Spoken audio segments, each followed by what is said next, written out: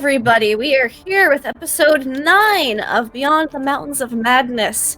I am slightly under the weather today, so I sound weird and all congested. It's the eldritch horrors of this world projecting themselves through me into a bunch of tissues. So, we're going to go around to the cast and crew, say who we are and who we are playing. We're going to start with the lovely Renee.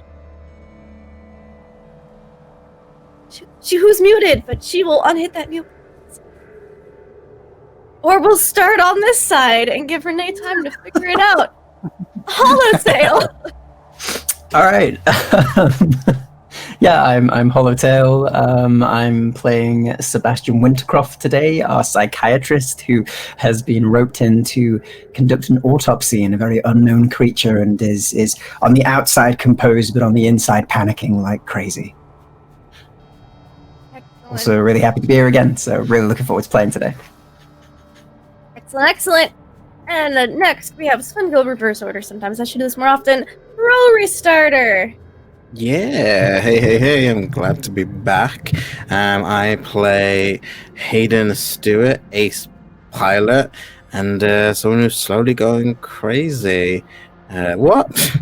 Snow, am I right? Snow.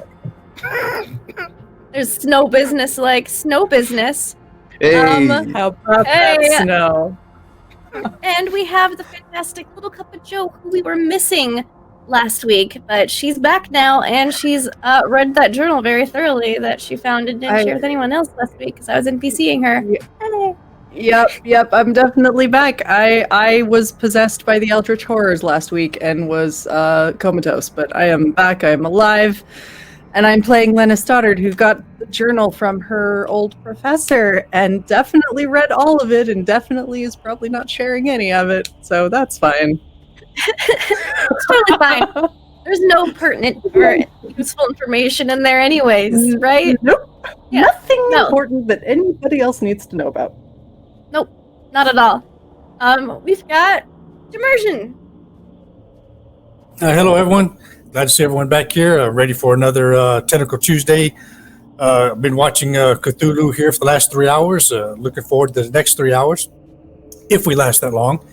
I am Hunter Merrill, the outdoorsman survivalist here for the expedition, and I'm about ready to hand everything over to Sebastian and Lena and haul ass to the ship.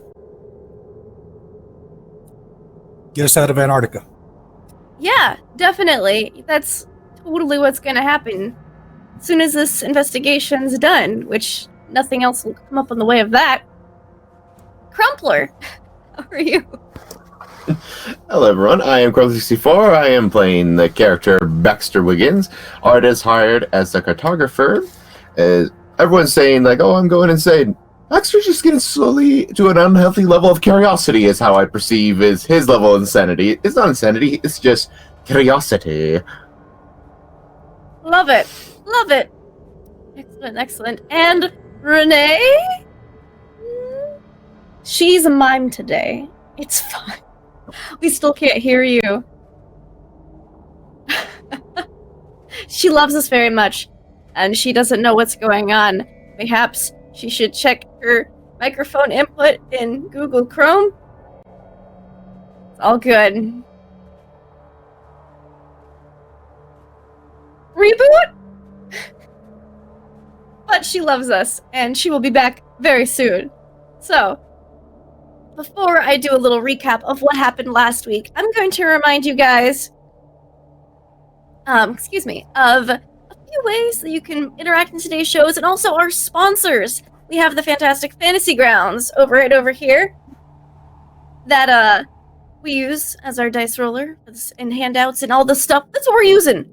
Words aren't great today. It's fine. We're using Fantasy Grounds. Also, if you're playing in person, we've got miniatures. WaylandGames.co.uk. You can get Warhammer, D&D, all sorts of types of minis. They also have got a bunch of other stuff, too, that I didn't even know they had until I looked, like yesterday. I was really curious and was looking for a specific thing to see if they had it, and they did.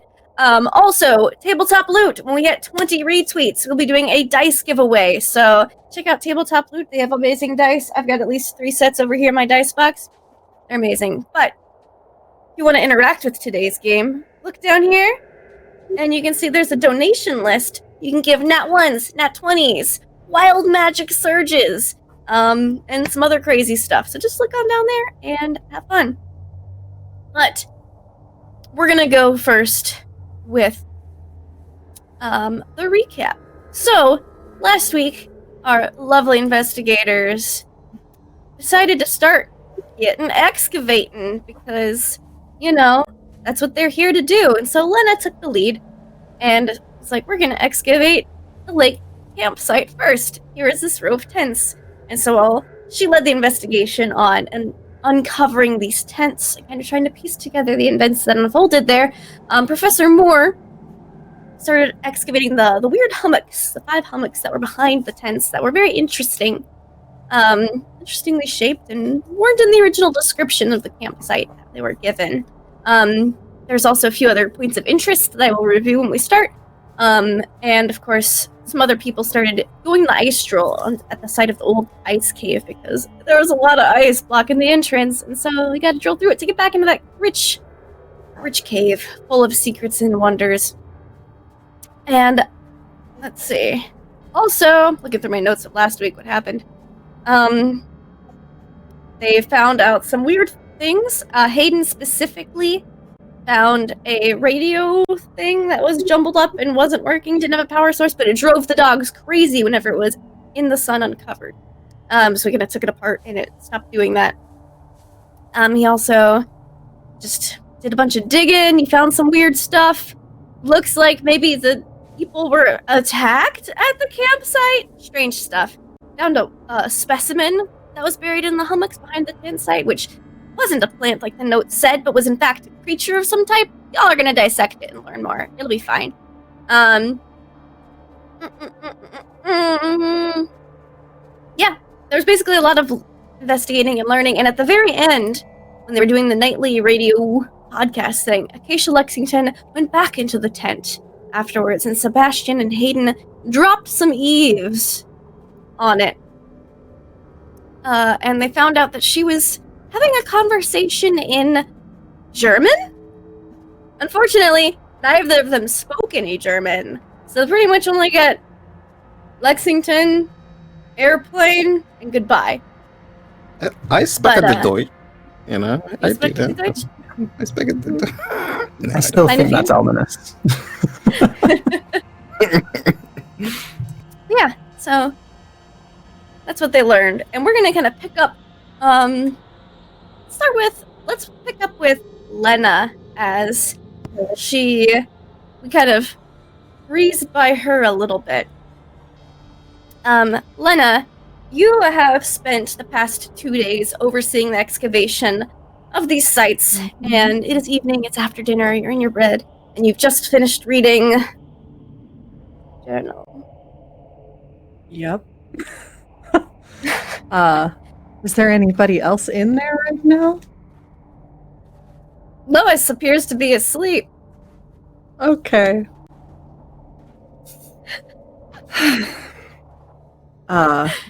So or Lois is sound asleep. I think after looking through this journal, Len is a little bit shaken, but kind of closes it up, takes out her own notebook and starts jotting a few things down very hastily, and stows that journal away very, very safely at the bottom of all of her belongings where nobody can find it, hopefully. Okay. And just sort of bundles it up in like extra clothes or something like that, so it's not easy to notice. All right. And then I think she'll step out to see what the others are, what's going on with the rest of the expedition. Lena wasn't here with us last week also, I'm going to kind of give another brief generic overview of the campsite. Mm-hmm. So you've got your campsite right next to the Acacia Lexington campsite. They're pretty much they would be intermingling, except that there's tents versus igloos, and they're just right beside each other. But you have share communications tent, which is right on the border of the two. About 50 yards over is the old Percival Lake campsite, which is you've uncovered 6 of the 9 tents and like 2 of the hummocks that are kind of there. Places that you haven't uncovered, there are 3 aircraft hangars. One was kind of completely blown over and the airplane was flipped upside down. Hayden poked around a little bit in there, and he's had 2 guys digging out the old fuel reserve that was there. They're still working on that because they can't use anything heated next to it. And then there's also a little road, because you kind of have like a basic outline of what the old campsite looked like, of what you would know would be the dog kennels, the old dog kennels, and the old, let me see. Oh, and a memorial for the people there, which you guys know you're going to have to, kind of like a cairn, there's a bunch of rocks, you guys are going to have to unbury that to take the bodies back out. You're bringing them back with you. So that's the generic layout of things. And then over a ways is the ice drill, which is digging into the cave, which is away from both campsites. Okay. And I think we also, it looks like we found like some sort of soapstone thing in the shape of a star, right? Yep, Lois found that. So about this big. Yeah. It's got some dots. The dots are about this deep into it, like a specific pattern. Okay. I think she's... they don't look random, if that makes sense. Yeah. I think she's gonna take some time to go look at that to clear her head a little from that reading. Okay. I'm sure that Hayden and Sebastian are probably still out and about because they just finished dropping some eaves on the communications. What? Like, do I pass by the communications tent and see them hanging out there? Is that what happens? Imagine they're like You tiptoeing see like them Scooby-Doo walking style. away like real nonchalant from the back of the communications tent. Sebastian? Hayden? What are you two Yes. doing? Lightly stroll, he says as he kind of turns very slowly to Hayden. You Out started. here in the snow. Well, Yes. gotta stretch your legs. Indeed, it's. I'm sure it was on a list somewhere that we needed to do that to keep warm. Yes. Do you speak German? Of course. Yes, that would be good if you did.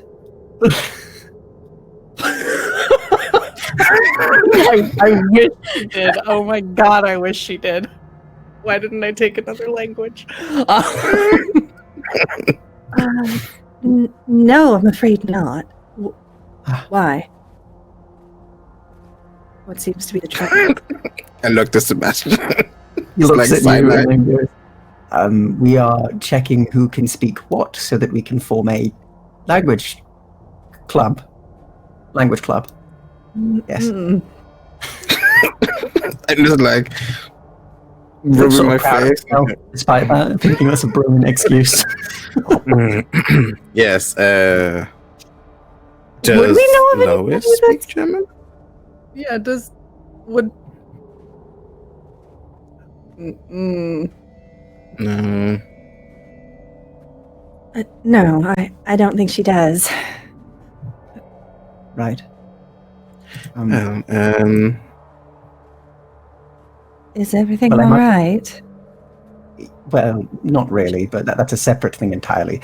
But Should we go take a walk elsewhere? Yes, that would Her be eyes right. kind of dart to the communications tent.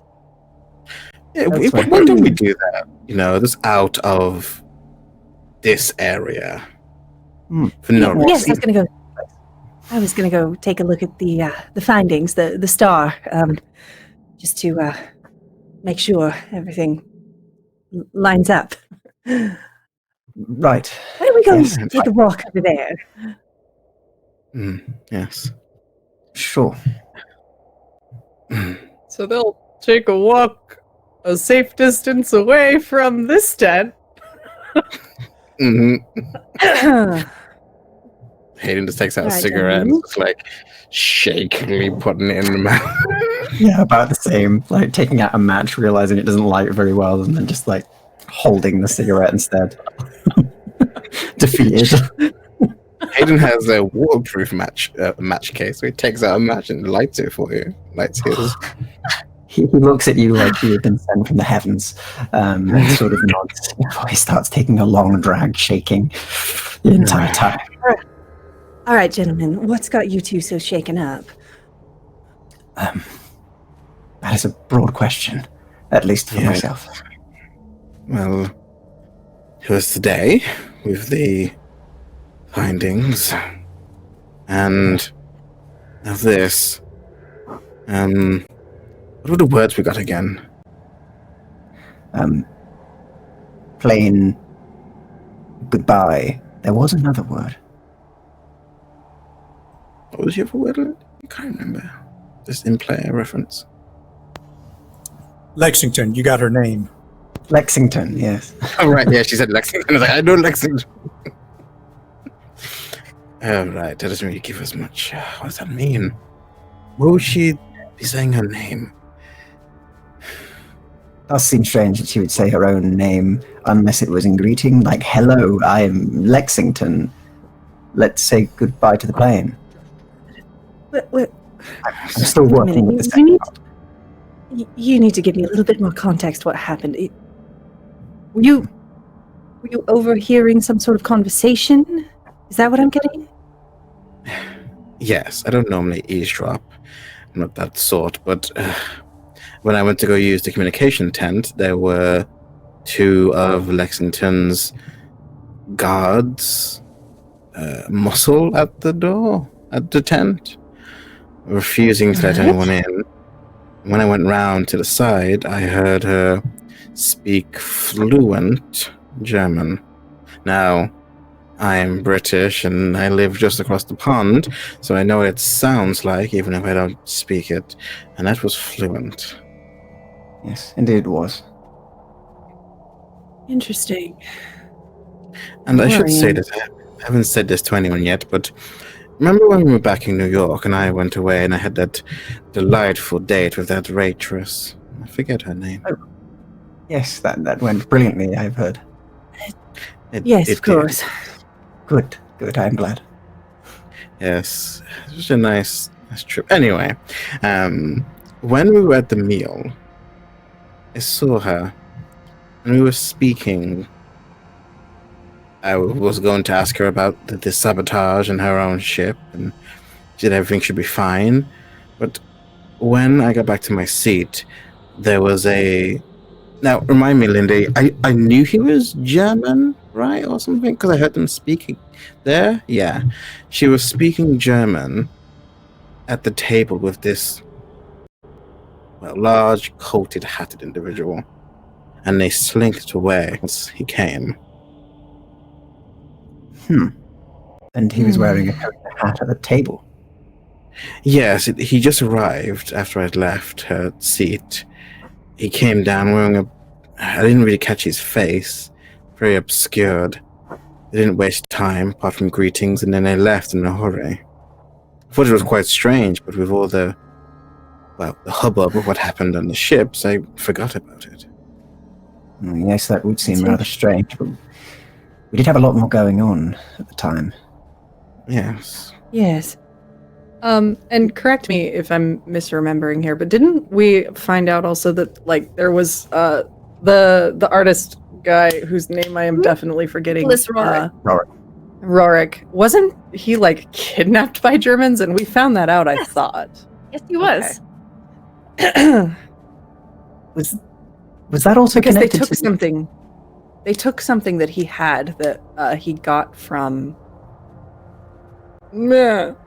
one of the expedition people on the previous one. My memory is good. Memory. Was it also a similar person was it yourself, Lena, who went to check on someone and there was a similar individual coming out, if I'm remembering? I don't remember if it was me. I think Somebody it was rushed the room. Lois. Was it Yeah, like, Lois went and found the room. It's been a long time. Yes, that was such a long time ago. Yeah. There's the board you can't see behind me right now. What does it mean? Conspiracy board. I need my red threads. So, wait. All right, so wait a minute. Didn't Mr. Rorick say that Mr. Rorick was kidnapped by Germans, wasn't he? Or at least he said men had a Was he? German affectation about them. We can hear you. Really? Yes. Oh my From God. the snow. Lois, we can hear you. Lois was sleeping, and then she woke up because she was thirsty, and she entered into this Funny, just like conversation. talking in her sleep the whole time. Walking to the No way. one could hear her. You gotta get Yeah. sleepwalking under control. Yeah. Sebastian jumps Dangerous slightly. in Antarctica. Conversation so stealthily.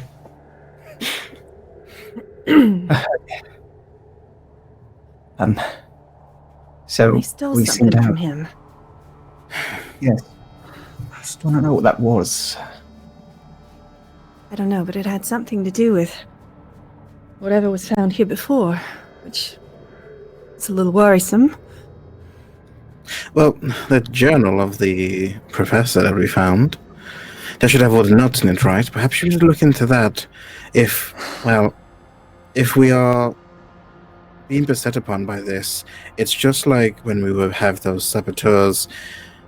Everything seems to be unrelated, but was connected all along. And there's been too many coincidences with Germans and the people on this expedition. You're right, but I've already been through the entirety of the journal, and Oh, it yeah. just sort of descends into a whole lot of nonsense. What sort of nonsense? And she pulls out the page of notes that she has with her, which she sort of hastily scribbled down. Is this something about a song of the wind that blew towards the mountains? Song of the Wind. that I don't know. means It was very strange. It didn't sound like the professor at all. I see. There's a lot here that is worrying me deeply. With our findings Yes. today, especially, I am very shook. This seems quite pertinent to know. Perhaps the rest of us could look through them with you, find further knowledge on this. Yes, I don't really want to give it away just in case they're trying to hoard some kind of information. I know they said that Lexington was off when we were digging through the tents, trying to dig through some ice caves.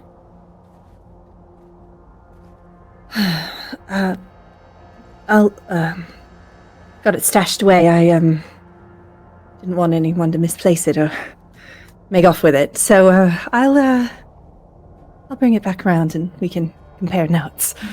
That would be amazing. She looks really rattled, unexpectedly, compared to how she was a moment ago. Perhaps we should just go with you and look at it now. We shouldn't split up like Hunter keeps saying. I think Hunter has very good advice, and I agree with that. We should all go together. Right. Well, I'm going to have to hold you Are you gentlemen alright? in confidence, if that's all right. Of course. There are a few bits of information that you might read in there that I would rather you keep to yourselves. So long as they aren't Right. pertinent to our survival out here, or the expedition's success, then I do not see a reason why to spread anything around this. I really don't think they are. No. And I will keep it to myself. Much appreciated. What are they? If you don't mind me asking. Well, it is, the professor and I were very close. Let's leave I it see. at that, shall we? Hayden kind of gets Sparkling like Almost. yeah, Hayden gets a smile as he's got the cigarette in his mouth and just goes, "You so and so." Like, jokingly. I don't think I need to tell you why that is. Sorry, All that came right. through really. Said I'll try and be respectful in such matters. Yes. Thank you. All right. So you So take. we'll go get the you take- journal. Okay. So it's Lois, Hayden, and Sebastian. Yeah. All right. I'm gonna post that the link to the journal entry in our thing, but only you guys look at it. Then I burn it all. No, Other no. two. So there you go. Dun, dun, dun, dun, dun, dun. It's fine. There's definitely nothing important in there. Nope, nothing important at all. So we're gonna, while they spend that time reading through Secret, got a secret. We're gonna pop over to Hunter and Baxter. What are you two up to this evening?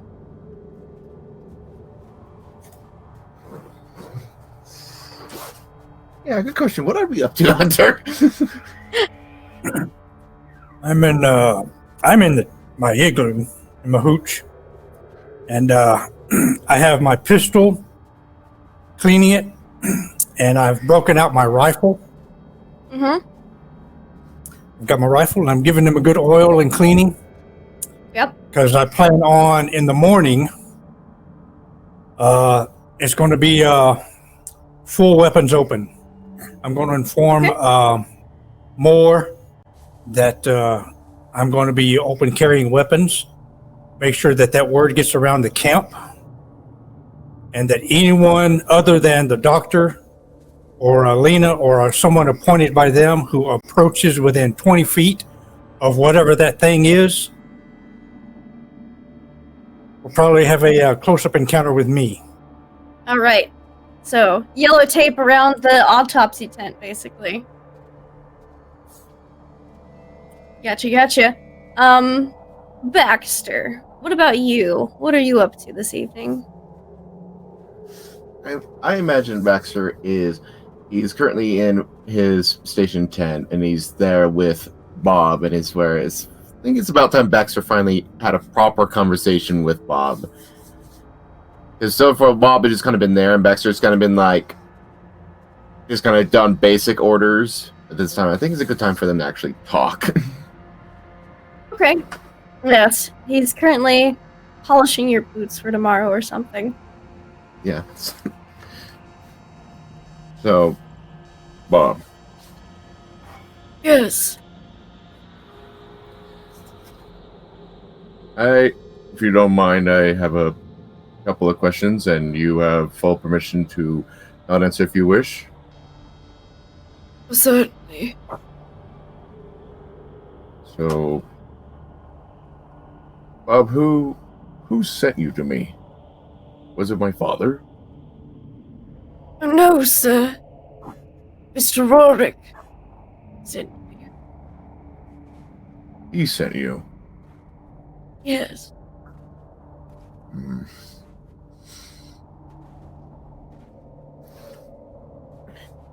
And any particular reason you appointed? Was it just spur of the moment, or was this planned for you to be my butler? He'd been wanted to go himself, but he's got too much responsibility. And so he sent me to go in his stead and to assist the expedition in any way possible. Oh, so you're not more than just simply representing him. You're actually here to assist as well. Yes, with anything you need assistance, sir. Okay. Forgive me, I just couldn't help but be a little suspicious because I had suspicions that my father was possibly behind this. Possibly didn't fully believe me as an investigator. Wanted to make someone to babysit me in a way. Oh no, sir. I believe you're fully capable of handling yourself. Your flattery and can get you so far, Bob. Thank you so much for that. Anytime, sir. And also, Bob, did you get a Did you get a good look at the thing in the ice? Yes, sir, I did. Do you know what the hell that thing could be? It's quite strange, isn't it, sir? It doesn't answer my question, but thank you. Yeah, it's just I've never seen a creature like it. It seems to the properties of planets. Just I was just enthralled to the sketch thing, because the thing, even though I know it'd be photographs, but again, to have a drawing input, I could be the first artist to be able to, produce such a creature on there. I could make millions. Yes, indeed, sir. It is quite the opportunity. Indeed. Hey, that last question, how are the boots coming? Oh, nearly finished, sir. And he just it's the last little polish on the boot and sets it down. Anything else I can assist with, sir? No, you answered all my questions, and it looks like my outfit for the next morning is all prepped, so I think I'm ready to turn in the night, and unless you have any personal obligations, you're released for duty for the night as well. Thank you, sir. I believe I will get a bit of fresh air. Feel free. Good night, Bob. Good night. And he walks outside into the crisp Antarctic air. Baxter can have sweet dreams. All right. Everybody read the secrets? Everybody read the journal? All right. Yep. Thereabouts, yeah. All right. Okay. So. This is fine. It's fine. So we pop back It into didn't get weird. The very crowded igloo, as the four of you are as imagine Lena's kind of in the back, and the other three are kind of huddled around this journal on the bed. Yeah. I think after reading, Sebastian will sort of sit back and just sort of let out a very deep breath. And then just sort of tap his fingers together a bit. Just be thinking, but also incredibly worried. So, This is... nobody's hearing any singing, I hope.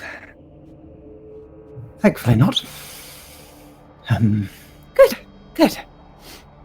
Did they say that the tunnels underneath the caves have not been uncovered yet by Miss Lexington and her crew? Did they say I that? don't really remember. They're drilling. It's a combined effort between the two crews. Okay. They'll probably break through soon, though. Maybe Only- tomorrow. Oh, great. Oh, neat. Only those caves do sound like... Perhaps they're the source of this song, as they call it. Maybe it's some sort of way the wind interacts with it. Yes, some Certainly kind of- possible. Seems like a reasonable explanation for the phenomena. kind of glacial structure. Yeah, yes, exactly. But what I want to know is Lexington is going straight for the cave, and this book, this journal, mentions it as well. It's almost as if she knew where to go. Because the expedition that was publicized speaks of this place, Yes. where the tents are. Yes. It talks about the caves beneath too. It just doesn't go Oh, it into does? length. That's Oh, where okay. that's where all the artifacts were pulled from, was the caves. Oh, okay, then my bad. Did Lexington's people seem particularly interested in checking out the tents where we were? Like, do you know, the ones with the artifacts and samples? Oh, okay. Because They- they they, figured like, everything went had been straight for the brought back cave? that had already been excavated. They wanted to excavate more. Well, I don't know if it's considered suspicious, but it was not her people that were aiding in the samples that we were taking, or looking at the tents, or of course the old samples that were brought up from the caves. They all focused on Right. excavating the caves. There is also, of course, Help me. the situation of the German plane goodbye.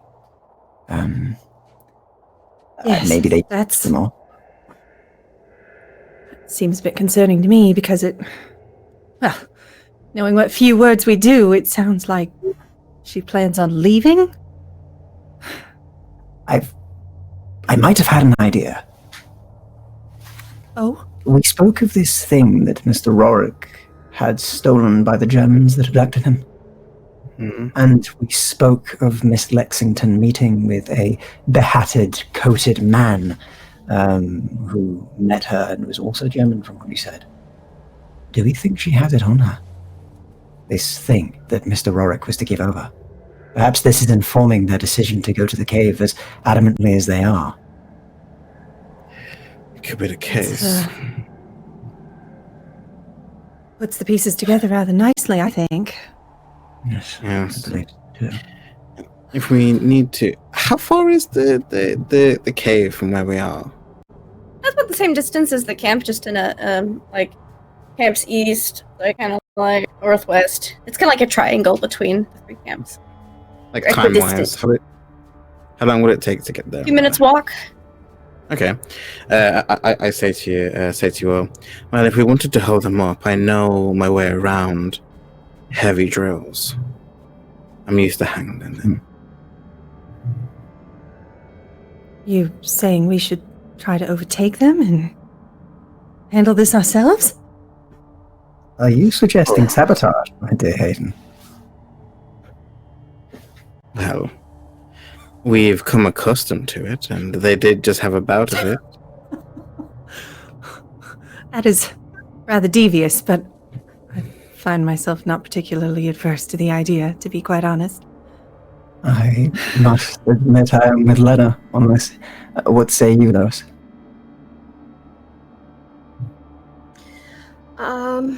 Processing a lot right now. Yes. I think that if there's anything I've learned, I trust your judgment. I'm confused and I'm sorry, but I've learned to trust you all in the time that we've spent together. We've faced some strange things, so if that's what you feel is best, I agree. Brilliant. Well, then I believe Now- that's settled. Before we go, though, I should inform you. From the very beginning on this trip, I've been informing my editor every bit of information that I've found for my memoirs, but also because that sabotage seemed very real. If something were to happen to me, well, I didn't want it to just be forgotten like the last expedition. Yes, it's a smart idea. Well then, this seems risky, but if I'm honest, delaying that cave opening seems like a great idea at the moment. I feel that we're in much more danger than it seems. The things I saw, they disturbed me greatly. And the mention in I here. agree, and Go yes, on, this. sorry. Well, you saw the writing yourself. After a certain point, it doesn't sound anything like Professor Lake anymore. No. He was a perfectly reasonable man. That's not the writing of a sane man by the end. I can agree to that. You know what it does sound like? Some What? of those letters we've been getting. I thought the same. I was And going to the take one on notes and ships. compare them. What is this? Do you believe it's the What is so same? important about this place? Well, for one, these samples are magnificent, despite my own reticence to even conduct an autopsy on these creatures. I can, as a man of science and medicine, see the benefits and the excitement and the new findings being something very intoxicating, but I also believe that, well, I do not wish to die. Yes. No. And I feel that many who have stumbled across these things have begun to, well, as far as the letter says, tumble into insanity. Which, I don't know, it doesn't make any sense. I've learned sometimes that many things do not, but they still exist. I didn't look at you when you said that. Like going from the conversation we had last time. Yeah. I personally wish to see the other side of those mountains. I have my own reasons for this. But if we are to be in such danger, I would say closing off those tunnels is our best bet. Agreed. Well, then it sounds like we need a plan, because we can't just jump into this blindly. The consequences are too high. Indeed they are. We should go tonight. There's probably few that could see us. I know my way around one of these rigs. I'm quite a grease monkey, so I can sabotage it if need be. Should I we know a run thing or two about distractions? some machinery. I could try to help. That would be most helpful, yes. I, on the other hand, am rubbish with machinery. I would probably do many things wrong and cause a lot of noise and blunder everywhere. I will leave that part to you. Is there any help I can be? Perhaps a Got a distraction? sharp set of eyes. Yes, I do have that, he says and smiles though. You've got a sharp set of eyes and you're well-spoken, Sebastian. I think that will be quite useful in its own right. Yes, well, I need a sharp set of eyes to look through all of the hairspray that Mr. Sleaze uses. I keep hearing about Could this have done Mr. without that Sleaze. memory. Oh, I don't know about him. Oh, technically it's How confidential. about... That sounds like a story for the trip back, which we are indeed going to make. Yes, definitely. Of course. Right, so all four of you gonna go out to this drill? Well, Apparently we are. I'm gonna go to before we go, I'm gonna go to the radio tent by myself. Okay. Alright, go to the radio tent. It's empty. Yeah, if that's not anything. Yeah, if Hayden does that, I'll also just kind of like put a hand on Lena's shoulder and try to pull her aside. Okay. Okay. Lois, Old what is it? schoolmates. Friends. I'm sorry, I didn't know. It's all right. I Things happen. am catching up a lot, but if there is anything you need from me, anything that I can do besides whatever it is we're to do, I'm here. In all fairness, I tried to make sure nobody knew about that. And I understand, but it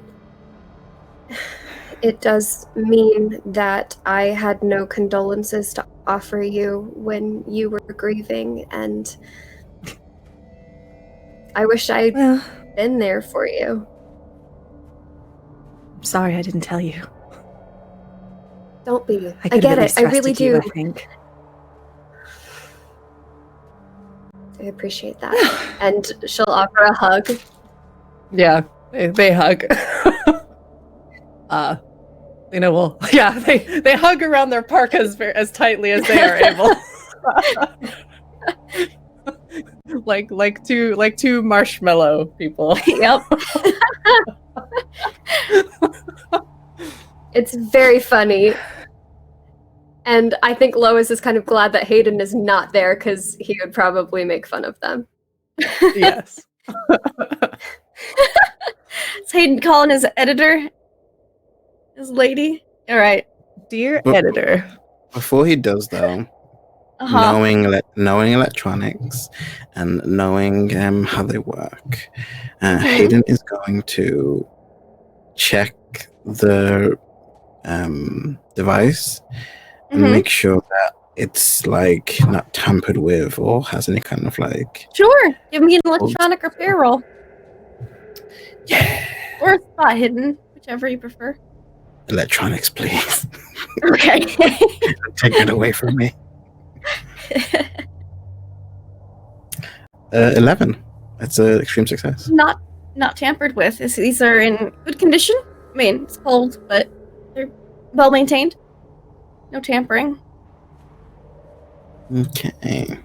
I feel confident with that. And it's not left on whatever bandwidth that it was last. That the last radio thing was on. It's set to a neutral position. You know. God, I'm trying to think if I can. Is there any way that I can jimmy it to like its last transmission? To jimmy it? I don't think you can if it's been like it's not modern technology, so it doesn't save it. It's just a little dial. The dial's been put back to a neutral position. Give it a whap. Okay. What can I do? What do I have on me? I'm guessing it was bandwidth that had some Germans on the other side. So, describe what this looks like. It's like one of those. There's a bunch of knobs, switches, and dials. Okay. Okay. Nothing's digital. All analog. No, I was trying to think if there was a way. I was trying to think if there was a way for me to like mask like some kind of recording with like some kind of chalk or something, or like something. But there's nothing that. Yeah, you'd have to get like the big recording disc, like the big. It's not even like cassette tape. It's like big spools. There's no recording equipment right here. You win this time, Nine Phase. So Hayden's just going to call his editor. Okay. And it's going to make sure that everything's okay with them. And it's going to say that they should back up what they've made and send it off to a third party just in case. And does it sound like the editor? Are they the same? Yeah, no, it sounds like her. Okay. Yeah. All right, Hayden. I can take care of that for you. How's it been over there anyway? All busy. The reports we get every night from Antarctica, huge stirs. It's all everyone can talk about on the news. You hear they're about to break through to the ice cave with all the fossils and stuff in it. That's got all the sciencey dweebs up here they're about to lose it. They're chomping at the bit to find out what's inside. Yeah, I can imagine. Has anyone came to see you at all and talk to you? Oh, lots of people. If you find any of those artifacts or relics, you can pawn it off for a hefty chunk. Just not hundreds, Hayden. We're talking thousands. Ugh.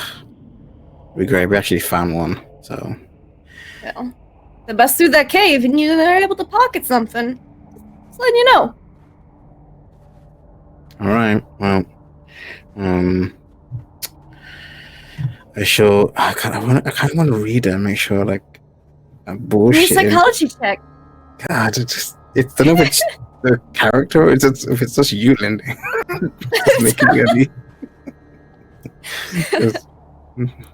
It's making me worry and shit.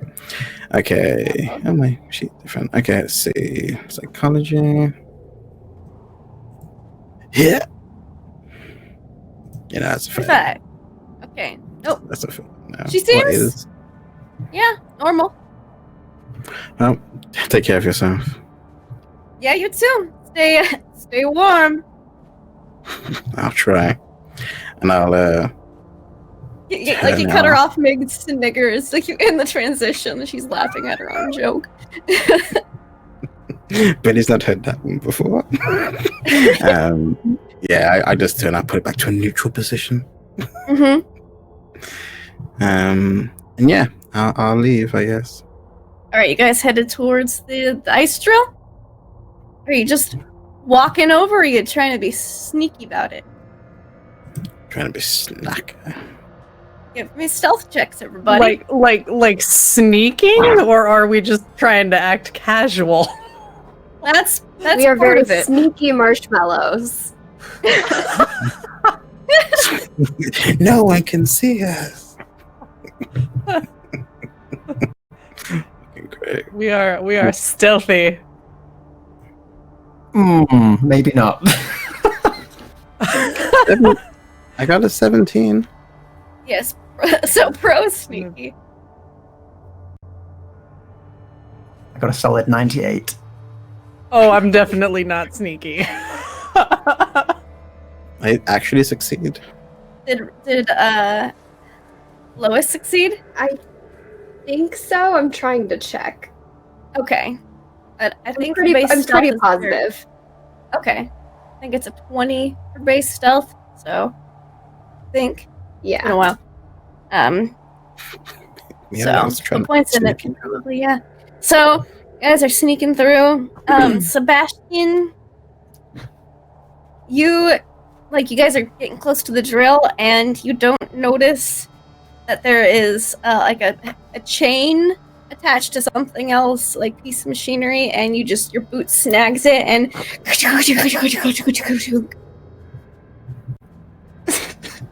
He sort of stands very still and then just raises his hands slowly. I'm sorry.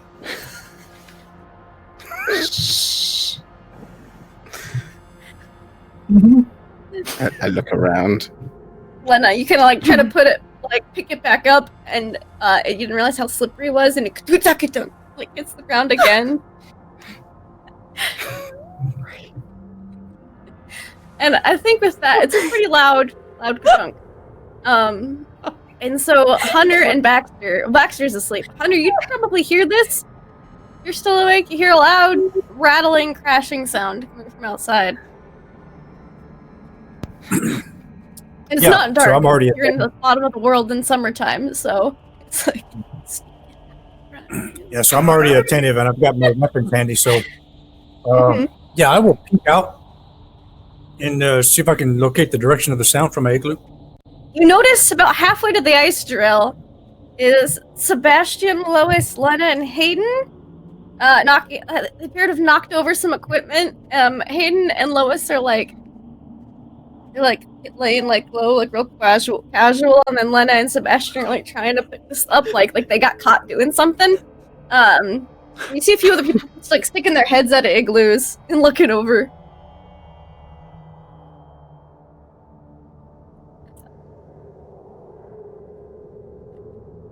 This is not going well. Oh, it's not. I wonder why. You could just say we were on a walk. A loud walk.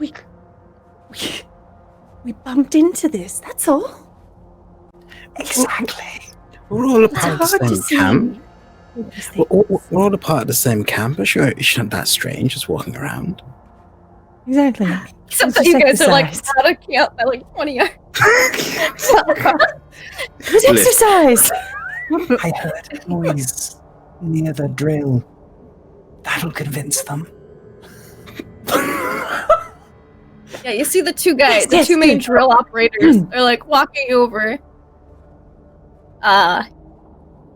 Everything all right? Yes, everything's fine, gentlemen. I merely thought Yes. I saw something near the drill. I'm trying to get the drop on it. Oh, what? Penguins or something? No, it was a chain. He tripped over it. Yes, I thought it was a person. It was a chain. Easy mistake. Right.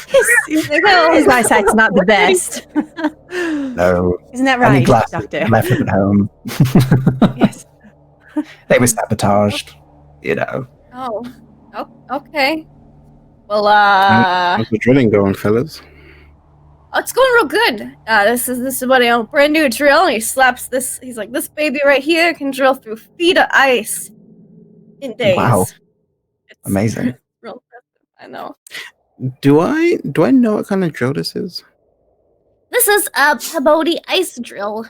It's a brand new model invented specifically for drilling in very thick icy regions, and this is its first go up into like the wild. So I say, wow, is this the drill I kept hearing about? This is Yeah. incredible. You know, Yeah, one of the guys who helped invent it is he's gonna be showing up tomorrow to oversee the last bit of the drilling, because it gets a little more delicate. You know, they don't want to I don't know anything about paleontology, but apparently there's a bunch of relics and artifacts and stuff in there, and dinosaurs and stuff. So, they don't want to hurt any of them because they're gonna go to museums, and if they're all crunched up, museums won't buy them. So they're gonna have him come do the final bit of drilling tomorrow. It's a very good thing. First time I'm hearing about it. But if the drilling's off for today, why are you guys still here? Why are you out? How come you're not back in the food? we were getting in our igloo, then we heard the big crash. We wanted to make sure everything was all right. So sorry about that. Yes, So, you want me to show you how it works? I mean, it's not fully cooled down yet. We can give you a demonstration. You guys have been all digging in the tents and stuff, right? Yes. Yeah. I, for one, would love to see it.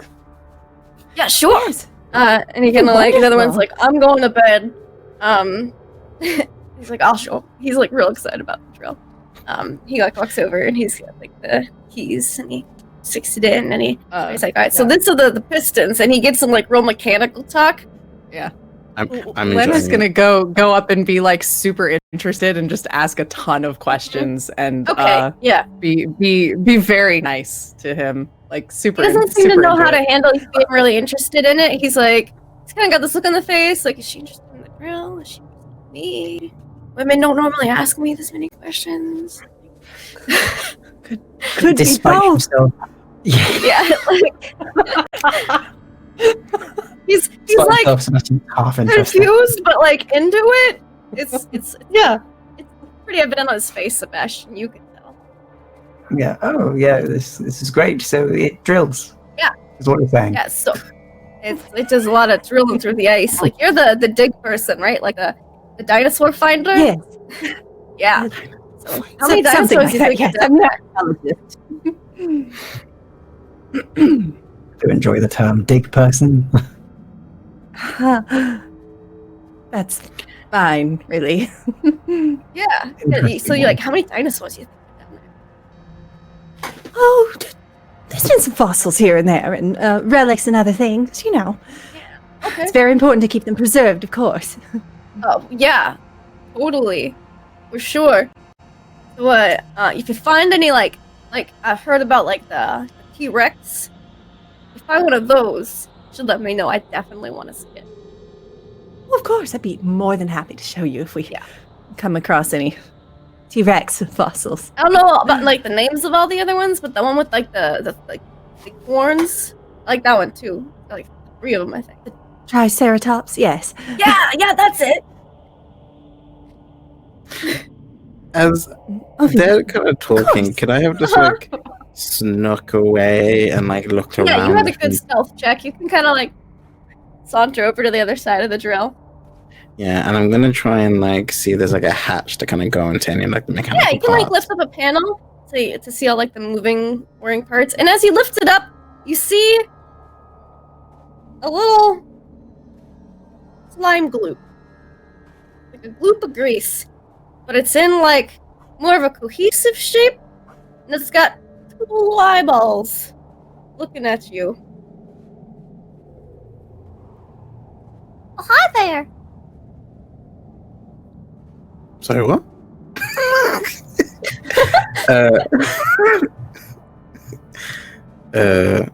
Hello? Hi. What are you? I'm a friend. You're the friend? I'm a friend. You're why do you live inside of a drill? Oh, 'cause I'm real goopy. And you see, he was a little oil smear as he slides around. to get a little closer. Well, what's your job in this thing? Oh, I don't have one. So why do you live in this? I'm sorry, I don't meet people often of your caliber. It's okay. Not many people can talk to me. I go crazy. Hayden just like gets out his flask and just like downs it. Uh-huh. Do you know how this thing works? Yeah. Can you turn it off? Yeah, but I don't think we should. Why? Because it's real important. To who? Well, everybody. This is creepy me the fuck. Directly. So creepy, but also really weirdly cute, and I don't know how to justify that. Like architect origins for this donation. It's great, I love it. Hayden's gonna go to Adorable. like, his little like his into his like coat and like take out some stuff.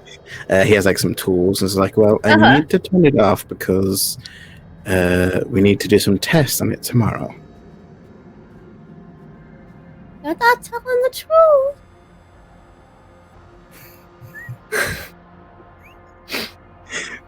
No, I'm not. How did you know that? I can tell.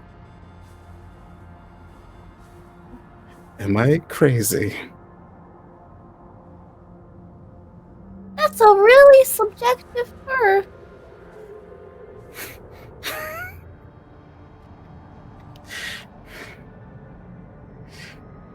I think Hayden just like leaves it open. Okay. And then just slowly walks. Okay. All right.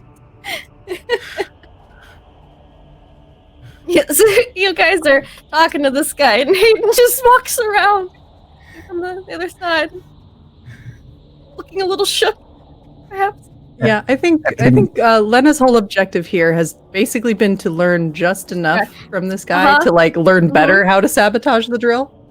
Okay. Yeah, he's like, he tells you how to turn it on. This is your depth variable. This is the speed. This is how much you're pushing the motor. You gotta like balance the 3 because if you do want to, you don't want it to get out of whack. You might damage something that you're trying to drill to. We're not just drilling for oil. It's not like, oh, you hit oil and then sploosh everywhere. It's fine. No, we're drilling for a cave. So we don't want to. Yes, of course. You don't want to cause a cave-in or anything like that. No, well, this wouldn't cave in technically because it's kind of like an open thing. There's just ice on top of it. Like we're just drilling through basically there's this big ice plug that we've been drilling through. And that's what we got. We just got to remove it because it's already been drilled into previously by a big ice drill. So we're just kind of reopening the hole, which is, if we had an ice drill the same size as they had previously, this would have been done days ago. But this is a more precision drill that they're kind of testing out here. Of course. Well, that was a very comprehensive lesson. Thank you so much for taking the time. And that was a wonderful demonstration. You really know your craft. Thanks. Yeah, I'm sure you do too. And again, on that T-Rex, let me know. Well, of course, I absolutely will. And, perhaps on another dig in the future, we could work together. Yeah, that sounds great. See you around. He, turns it off. Of course. Pulls out the key, whirls it, puts it back in his pocket, and walks back to his igloo. That was so nice of him. Such a nice drill, man. You knew a lot about that drill. That was, very enlightening. Yes. No. You all right? No. No. You look a little shaken. What happened?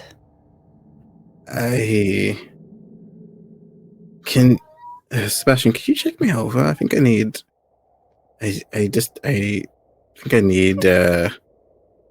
It's something. Pills to calm my nerves. I could have a session with you if you wish and see if we should medicate you. I have some laudanum. If it's that bad. Did you see something out there, Hayden? What's the matter? No, nothing. No, I'm fine. Is this no blindness? Like, and he turns away, like, and stares at the machine. Yeah, No, you that's a see, lie. like if you look at the panel, it's still open. You see, it's still sitting there, looking at you. Do you see that? Can we? You guys don't see anything. You see the panel's open. Oh my god. Yes, that panel is open. You don't see the oil? Did you do something to it? No. There is like a smear of oil kind of down the side of the thing that's open. We'll go up and take a closer look. There's a smear of oil down the face of the drill. Like if things open, there's just some oil that's dripped down a little bit. There's some oil that's slipped down, but other than that, nothing appears to be out of order. It knows if you're lying. Hayden, What? what knows? What? What knows? Oh, just we know if we're lying to each other at this point. We've been. Could I make a check? Please. Can we check on Hayden? Right? Please? Yeah. Anyone can roll a psychology that wants to. That's Okay. He's shook. Thumbs off. Lena, he's shook. So I'm pretty sure it's a success. I'm pretty sure it's a 5. So yeah, he's shook. Something's off. Right. He looks like he's seen something, or I don't know. Hayden, Something's shaking him up a bit. You look like you've seen a ghost. Yes. Maybe we'd better get you back inside. Yes. Yeah. How about we go back, we have some biscuits and a drink, and you tell me about what's going on with you. We can discuss your problems. What you Yes. Just. Do you ever just feel like something is staring at you and just Sometimes, yes. looks at you and has this really obnoxious, like, high pitched voice? I can't say the latter part, but Yes, that is oddly specific. we should ban. We should destroy this thing. That Need wouldn't to- fix your problem.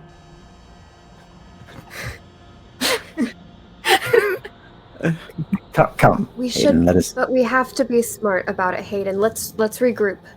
Yes. Let's talk to Sebastian. Sebastian will help. Yeah. You guys Yes, are getting a I'll little try. tired by this point. So you all just call it a night. Turn in Sebastian Yeah. and Hayden, have some biscuits and late night coffee. Anytime, some drink. Hayden, as we're walking back, Hayden just looks at Sebastian and just says, "My mom never loved me." And hearing "Mom never loved me," he kind of looks, just like pauses for a moment, continues walking, and then puts on his more psychiatrist face, and he sort of nods and goes, "We'll discuss that at length. Come, you can take a seat on my. Well, I haven't got a sofa, so the bed, and I will discuss things with you." And with that, the night falls. Well, it doesn't really fall because it's daytime all the time in Antarctica. But you all get a good night's sleep. The next morning, everybody wakes up bright and early, get breakfast, and there are 3 more tents to excavate. They're already starting to drill. They're already drilling by the time you guys wake up.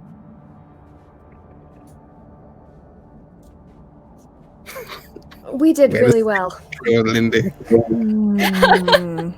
I don't know whether to be proud of us or mad at us for being so bad at sabotage.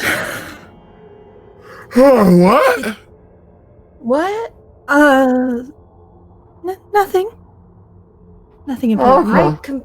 I just sabotaged my whole night of sleep worrying about things. Oh, okay. Yes. I got you, Loris. Don't worry. Yeah. Well, the important thing is that you tried. I'm tired, but new day, I I'm- guess. New problems. I'm with you. Don't worry. I'm sure we'll get some good work in. We'll probably shake out of it, hopefully. Right. All right. So, excavating. Did that thing follow me? All right. You don't see it right now. Okay. Oh no. Right now. You're gonna enjoy this, aren't you? Watch your shoulders. Great. Fascination. So you guys, you're going over to the 7th little snow mound. You dig up the snow, and this tent, it's gone. You dig up the snow and you encounter a loose assortment of clothing and snow gear that are kind of piled into a heap, but there's no tent, which is very strange. So everything else has been a tent or a collapsed tent or a broken tent. There's just no tent at all, but all this the stuff that would have been in the tent is just piled up. That's very Any names? Names on clothing? Yeah, you find written on like the underwear tag, one of them, Mills, and on the jacket tag of another one, Molten. Mills and Molten. Mhm. Right, so we will spend a. Is it neatly piled up? Does it? Nope. Is it folded? There's just Like a dumped. teenager's like closet, all in a bundle, just piled up. Bunk, bedding. Mhm. All that piled up in the middle. Everything but the tent.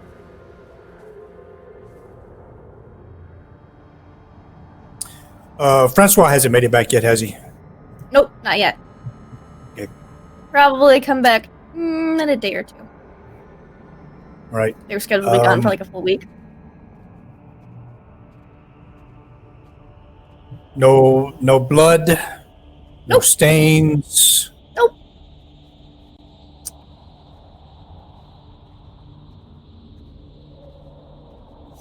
All right. Let's pack and label this one, and put it back. And let's pack up and label this one like we've been doing, Mm-hmm. and go ahead and load it up on the sled. Alrighty. Lois, So Lena has made you've made us tubs and labeled so we could put names and everything, and then they go back to the main camp, and then we search through them individually later. hold them all up. That way they can be brought back with the bodies to the families and stuff. So the next tent that you open up, because it takes a few hours to dig through to get to each one, the tent's actually in pretty good condition. Give me spot hidden rolls, though, as you uncover it. Oh, good question. Did we ever go back to the tent where we put those sticky tape things? Because you said we wanted to go back to that and search it. Not yet. Okay. Yeah. On a quick side note as well, Lindy, just before I roll this, has the autopsy started today? Because if so, I Not may yet. be there. Okay. Not yet. They're scheduled to start after lunch. Brilliant. In which case, yeah, I'll be here. Cool. You wouldn't Dr. force them Green, to because you guys control. wanted so much precaution taken, Dr. Green is taking the extra time to set up and make sure, quarantine's safe. Brilliant. And that's a extreme success. All right. So, Nice, that's those of you who impressive. excellent. Those of you who succeeded, you notice that there's a couple small holes in the tent flap, and one near the apex of the tent itself. About that big around. You couple little holes. And then you open up the tent, and the interior of the tent is pretty dark. And the floor of this tent, rather than being dry, it's completely frozen with a red-black substance. That's grim. Can I get first aid or medicine check rolls from everyone? Anyone who wants to kind of figure out what this is? I don't want to figure it out now. Okay. Make fun, which is a fail for me. Okay. Let's see, medic, first aid, Uh, first aid. I do not succeed. Okay. Did Crumpler succeed or Baxter succeed? Baxter did. Excellent. All right. So Baxter, everyone else is kind of just looking at it and going, "Oh, but Baxter." You're looking at this and you're like, "Wow, there's somewhere between, I don't know, 10 to 12 pints of blood on the floor. Hold on a moment. That's as much blood that's about in the human body. And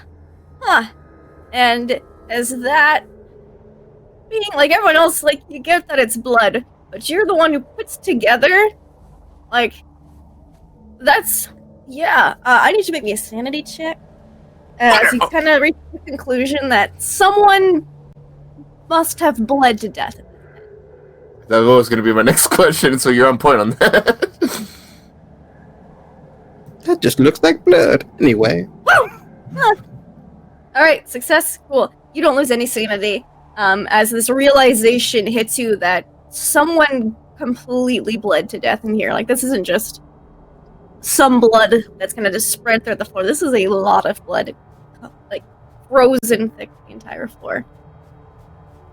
Okay. Immediately shares that with the party. Yeah. No one enters the tent. Baxter is. That's blood, yes. Doc? Is it exorbitantly more than just simply just blood? Is it the amount of just an entire human body and the accounts of this location alone? That's grim. That's very grim. I Alright, spotted a few things. There's a few Reach holes in. in.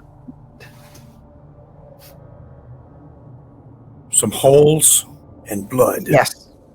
Holes in blood and... I'll give you an and- idea and- check on the holes, Honor. Give me an intelligence. All right, I'm gonna reach in a flashlight just as far as my arm will reach. Yeah. And scan around the interior of the tent. You said idea roll?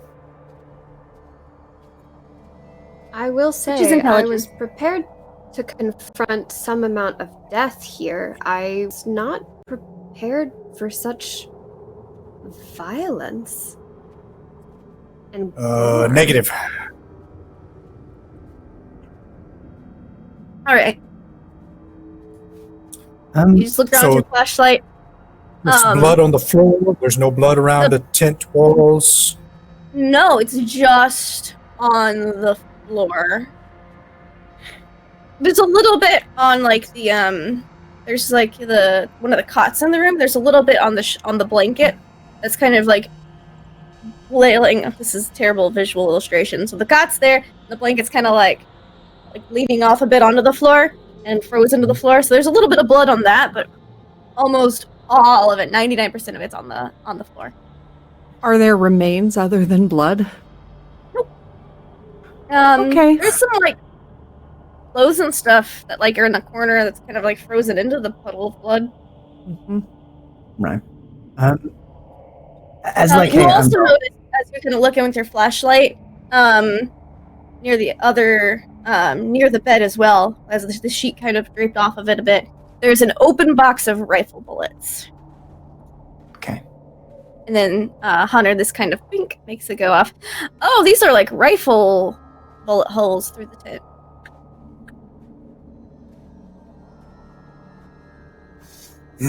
So someone was shooting at someone on the outside from through the tent from within the tent. How could there be so much blood and no body?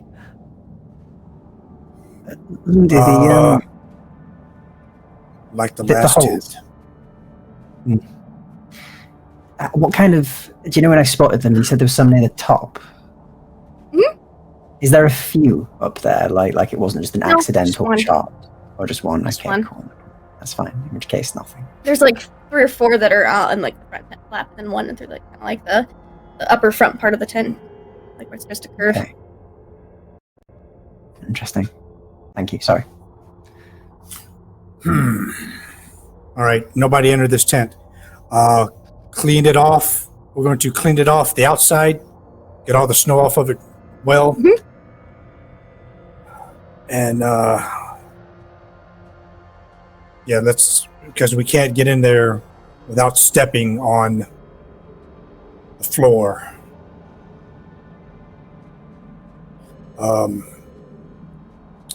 Shouldn't we Doctor, be can checking you- inside? Can the doc, can you do anything? Can you check and see if that is human blood versus whatever that was you found? I certainly could. Yes, it was the other substance that came possibly from that creature was much more different. There was a very big stench coming from it. He'll sort of kneel down near it, near the edge of where all this begins, and he'll take a closer look, and he'll see if he Looks can. human. Cool. There's no signs of this other. Oh, not at all. Yes, this is very much human. Grim as it is. Right. Do I and- spot any names? Can I spot any names? No, Name but tag Lena there. could tell you, based on her the roster, the fact that this is a personal tent and she's kind of like the tent layout for the entire camp. This would have had to have been Carol and Brennan's tent. They're the last two in the party that kind of aren't accounted for, and that means the last tent must have been the old artifact tent. Old, artifacts, relics, and maybe even some of the dissection.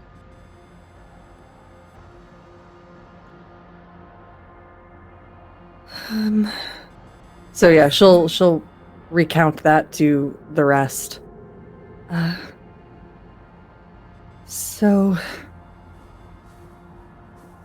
I don't fully understand what happened here. Well, we don't Doesn't make fully any understand sense. what's happening in these tents. Shouldn't we look around inside? Make sure. And there was that other one as well that had all this stuff. We need to take more proactive steps. We should be looking through these things and finding what's going on. The blood is frozen. I imagine that's safe to step on. Slippery. Personally, yes, very slippery though. I personally would like to not go in there. Yeah, we've got we have our snowshoes on. That'll give us a bit more balance. Yes. All right, who's have I learned? Well, I know Lena's got some very sharp eyes, and I probably want the doctor to go in also All right, for that. give me a It's not too many people in there tramping all over the place. The rest of us will hang out. We'll go in and take a look. She'll take the flashlight torch and start looking around in there, and definitely not be super squicked out or anything. So let's do a spot hidden. Ooh, that's a success for you. It's crazy. That's actually that's like a hard success, I think. Actually, just barely. Cool. So, it's kind of hard to identify a lot of the things on the floor because they're in like a couple inches of blood. But Cool. you do see that there's the open box of rifle bullets. Some basic personal effects, but they're like frozen in stuff, and you can't really pull it out without melting it. But nothing other than personal effects in the ammo. Nothing Okay. other than personal effects. Their personal effects are in here, but we'd have to try and melt through the. Well, we'd have to melt it to get any of it free.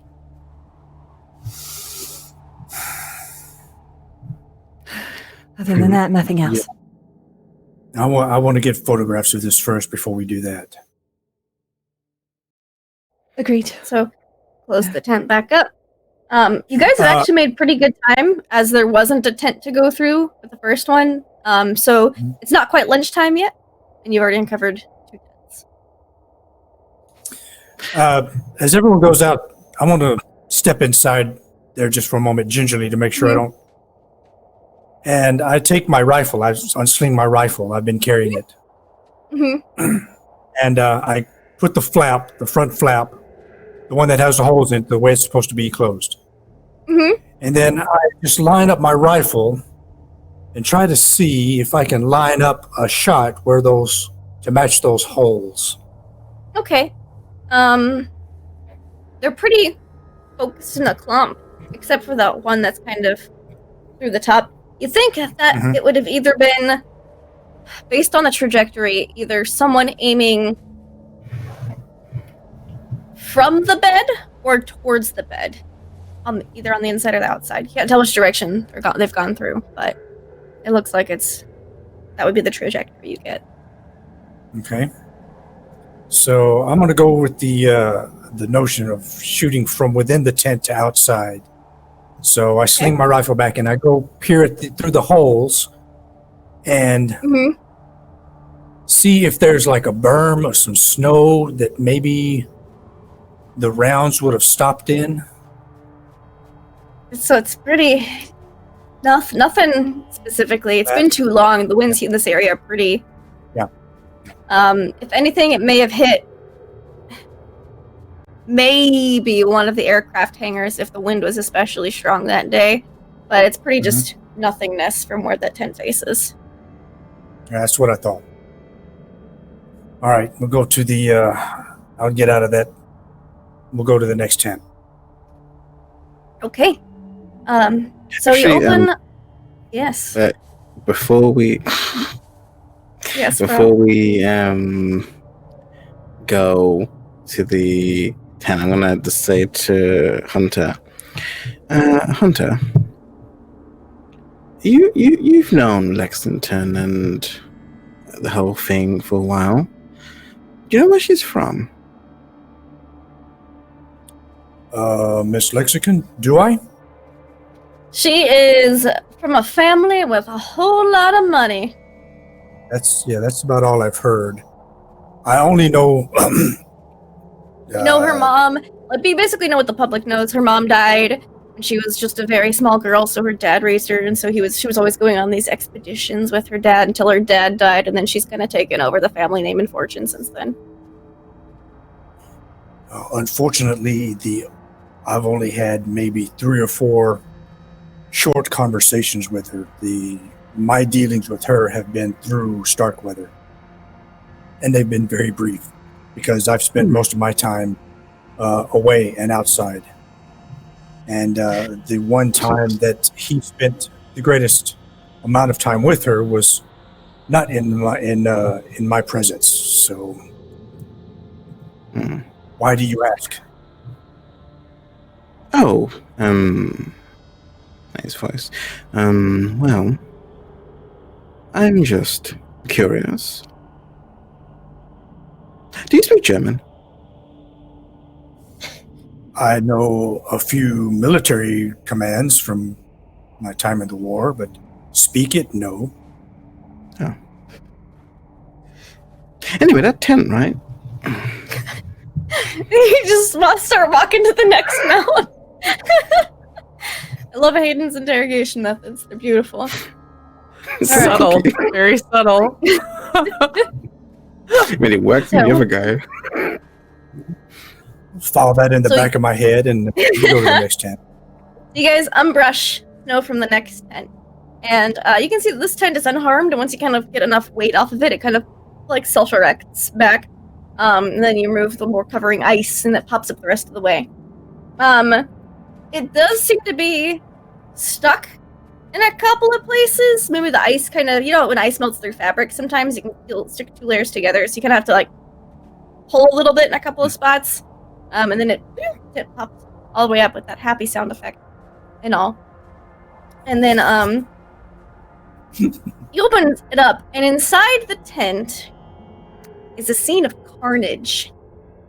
There is a dissecting table at the center, and it is imprinted the pattern of some of the tent canvas. You realize this is like where you had to kind of pull one of the spots up from. And there's also kind of icicles of dark red blood hanging off the table's sides, and frozen plates of blood decorate the floor. There's sprays and arcs of blood decorating other surfaces quite thickly. And the medical text on the table, open to pictures of human anatomy and dissections, are stiffened and glued to the table with a thick rime of dark red ice. Clearly, someone or something was dissected here, and give me an idea roll, everybody. I slammed that tent flap shut. I don't want to know. Shit. I don't want to do it. I don't know. I don't want to think. Well, it's kind of Yeah, like one of what- those things where you're looking, your brain just acts, and then blink. So we gotta see. Yeah, hard success. All right. Hard success. I got 72, but I still pass with an 80. Okay. Did anyone Just a fail? Success. Oh, did Baxter fail? All right, Baxter. You're just like, that's a lot of blood. Everyone else? Ooh, that's a lot of blood spray and blood splatter. Whoever was dissected in here was probably still alive at the time, and I'm gonna need sanity checks from everyone but Baxter. I'm about to, just fuck I these knew tents it. and not do it anymore. This is the last Yeah, one. This is the last.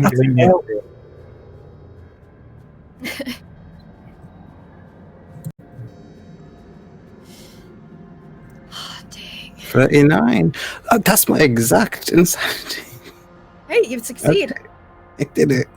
I did it, Mom. Anybody fail? I've failed. Okay. This will be for Sebastian. This will be for Hunter. All right, you each lose 2 points of sanity from seeing and then realizing. And yeah, you close the tent flaps back, Hunter. Lena, Like there's What like, was you, this like tent? you open them up, and then there's a pause, and then you close. No. This would have This been the tent was fossil and specimen tent. The fossil and specimen tent is what this was. Well, that specimen seemed to have been human and living. I could have done that. Perhaps we should take a break Yes, and step away from this now. Right now. I agree. I wish to know what pages they were on. I can take it. Sebastian? It is. what pages were they on? Oh, You have to go in and get a closer look Yeah. because it's kind of hard to tell. You just kind of Okay. looked around and absorbed what was Alright. there. It was kind of like propped up. You can't. I mean, it's covered in ice. You have to go in and look. I think Sebastian will sort of, straighten up, take a deep breath, and then head in and have a proper look at this surgical table and the book. Sort no of one Okay. else has to come Follow. in. I don't think anyone should All go right. in there alone. I'm going in. I don't want to, but I'm going in. Suit yourself. Oh, I think I'm quite fine out here. Yes, Sounds like a great idea. me too. All right. So Sebastian and Hunter walk in. Sebastian, you notice that there's smaller tables around the wall of this tent. That they have trays intended to hold medical instruments, knives, tools, and the like. And you see that the trays are stained with the imprints of dissecting instruments, but none of the tools themselves are in evidence. There's also a number of wooden matches on the side tables. Many are burnt, but there's a few unused. Can't find the match boxes anywhere. It's just matches themselves. Okay. And you're looking at the page of human anatomy. This medical text. It appears to be just a basic doctor's text book. Like you've seen this in medical school. It's been a while since you've looked at it, but it's just a basic doctor's text, and it's currently showing open to a page where it is demonstrating the circulatory system. The circulatory system, interesting. Okay. Well, he will look over that, and we'll kind of look if there's any notes on it. Is there anything that's underlined, scrolled on, written? There are a bunch of dots. You see that there is a few pieces of paper, like scattered around it, with a bunch of dots all over them, just thick ink dots. But there's no like pattern to them per se. It's just a bunch of dots on pieces of paper. No Are these words. also frozen in, or Like you could peel up like a couple of them are only frozen at the corners, and you can kind of like peel it up. yeah, I think I'll start to slowly, delicately start to peel them up so I can have a look at the other end, and then try and lay them out in order, like just sort of side to side, so I can have a look at the dots and where they connect and put them over, and Yeah, they don't appear to connect really. Some are in like clusters together, some are further spread apart. It's just pages of dots. I found about 6 of them. And is this similar to, say, Braille? It kind of reminds you of Braille because it's a bunch of clusters of groups of dots, but they're not raised except for like whatever ink's on the paper, so you can't like feel them per se.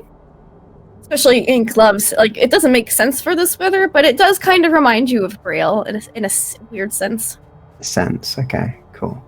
He'll look at them and sort of look over at Hunter.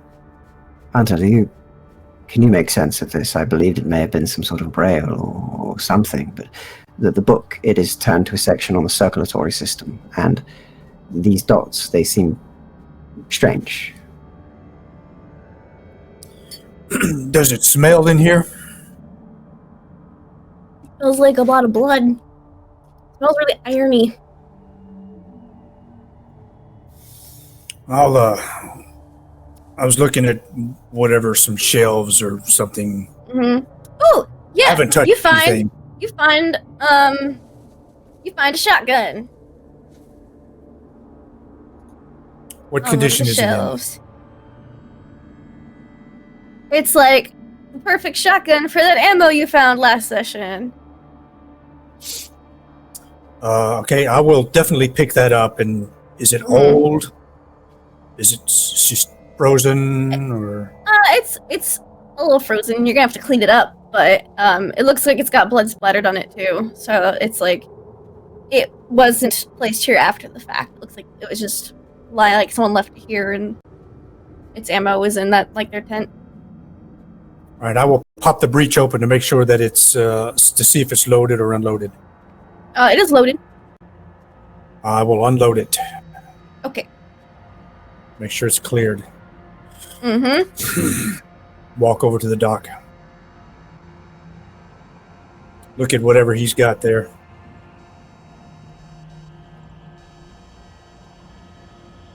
It looks like medical texts. I don't, not my field.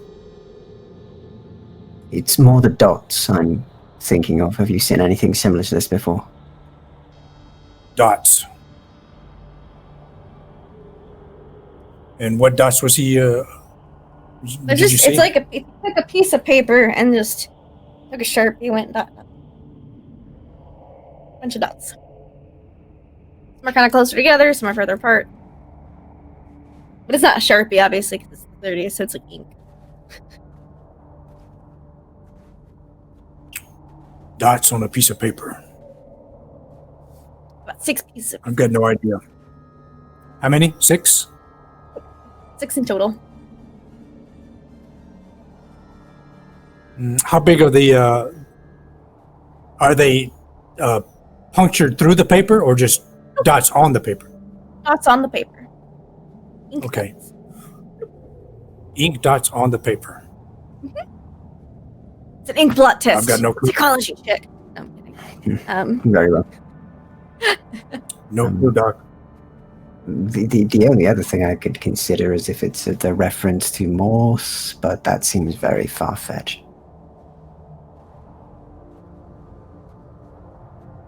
Do you think we should take those with us? Can you? I believe so, he says, and we'll gesture to his black bag that he has on him anyway. And we'll sort of see if he can slide those in there And Yeah, then we'll it's take just another you look guys. around. Yeah, basically. And then we'll try and take another look around sort of the immediate vicinity. Okay. See if there's anything A else lot that of jumps blood. out. Nah, Look at that's basically all you- point up at the ice blood. You said icicles Mhm. Icicles off the table. off the table. Okay. Hmm. Like off the edges, like it's dripping. Hmm. Do you need to take a sample of that blood, or can you tell if it is human or not? I think it's pretty adamantly human. Everything here is human, from what I can tell. It seems that their tests on the circulatory system were indeed thorough. So why the hell would somebody be doing this out here on another human? I don't know. I just it boggles the mind. Everything we're finding here, Hunter, it's making everything seem far more sinister than I expected. This storm, the snow madness, I understand, but the dissecting of a live human, these strange creatures we have found, the blood everywhere. Those tins still concern me, and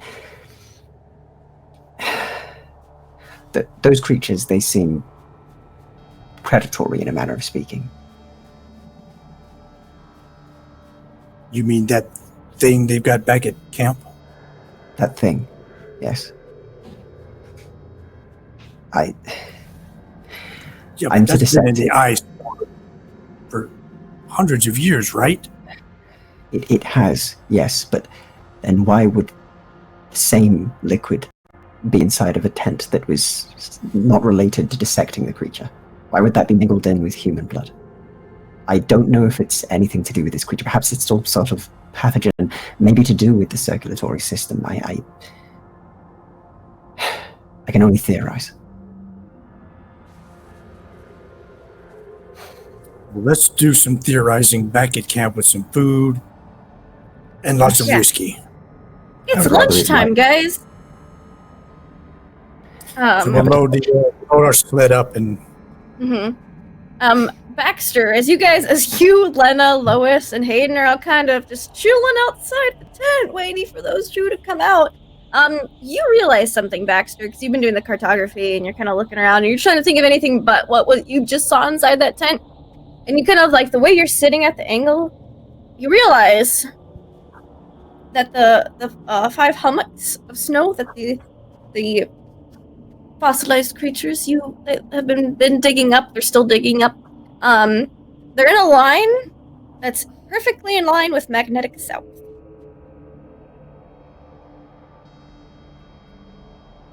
It just hits you as you're like, anything but, oh look, they're in a line. Look, there's a line. That's headed south. Actually, that's magnetic south, not.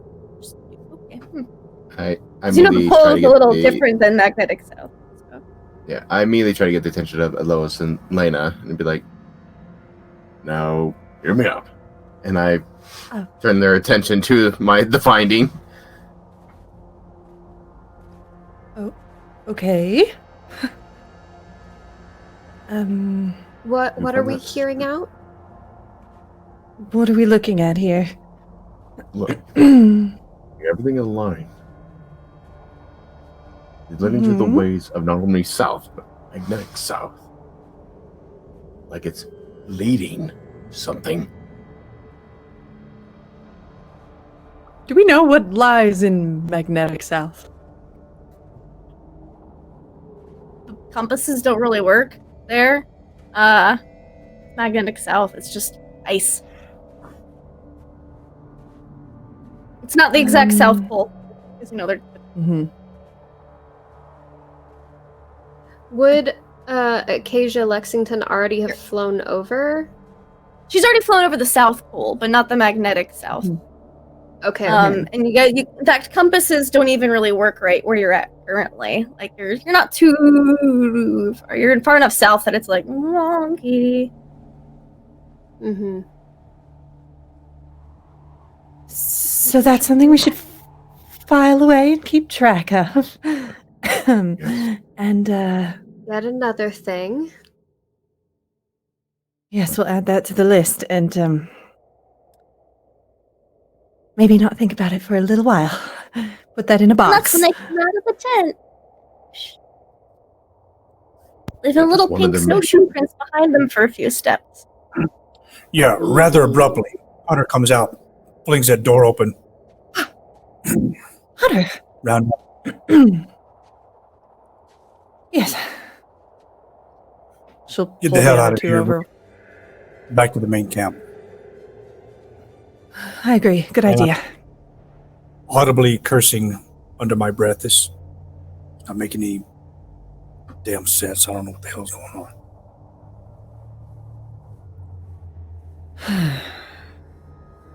So I guess we all walk back. Okay, so you walk back. Lunch is being served. Doris is at a different table than she was yesterday in the mess hall. She's actually at your table now. And Hayden, sitting next to Doris on the table, is the little goop. You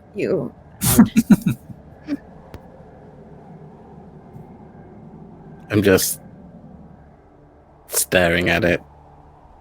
It's like, It appears that it's interesting that Doris apparently has a soup bowl full of like crude oil, plain fuel, hard to tell. And it's just sitting there looking at you. do you see that? See what? See, let me look at everybody's sanities. Immersion, you actually see it.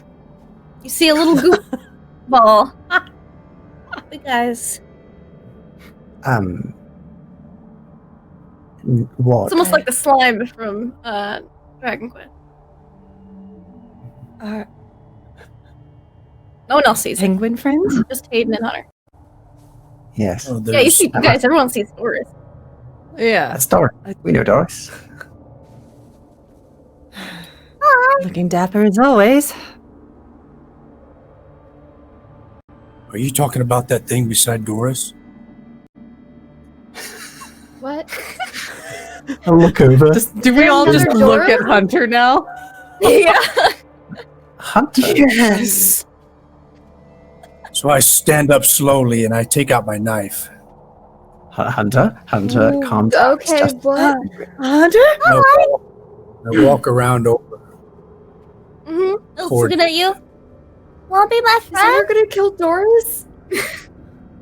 Hunter, what are you doing? It's just a stuffed penguin. There's something next to it. There is nothing next to nothing. it. Next to it. Don't you see it? No. No. We spoke about this, Hayden. No, it's there. It shines with the darkness. And in a flash, I would spin the blade around in my hand and stab the chair. Okay. Or whatever it was But saying. not- Oh, you wanna stab the goop or the chair? Okay. Give me a Was it melee up- brawl. It's on the table. It's like it's like this big. So, Okay. Right. So it's about the size, well, about half Doris size. Yeah. Doris's. Like a Yeah. handful. Okay. Melee brawl. Like it's like giant Hershey Kiss dice. Oh, yeah. Excellent. I know that size. Yeah. Me and Chocolate get along very well. Yeah. So that is, where's my fighting brawl? Okay. It knows if you're lying, Sebastian. It knows. Ooh. 10. That's a definite hit from a 50. All right. Sure. So you sink it right into the center, and it just it like slides off of your knife. It looks up at you and it goes, "That wasn't very nice." And your blade has a very thin sheen of oil on it. Oil. Uh All right, I hit it again. huh. Give me another fighting brawl. Hunter, you're ruining the table.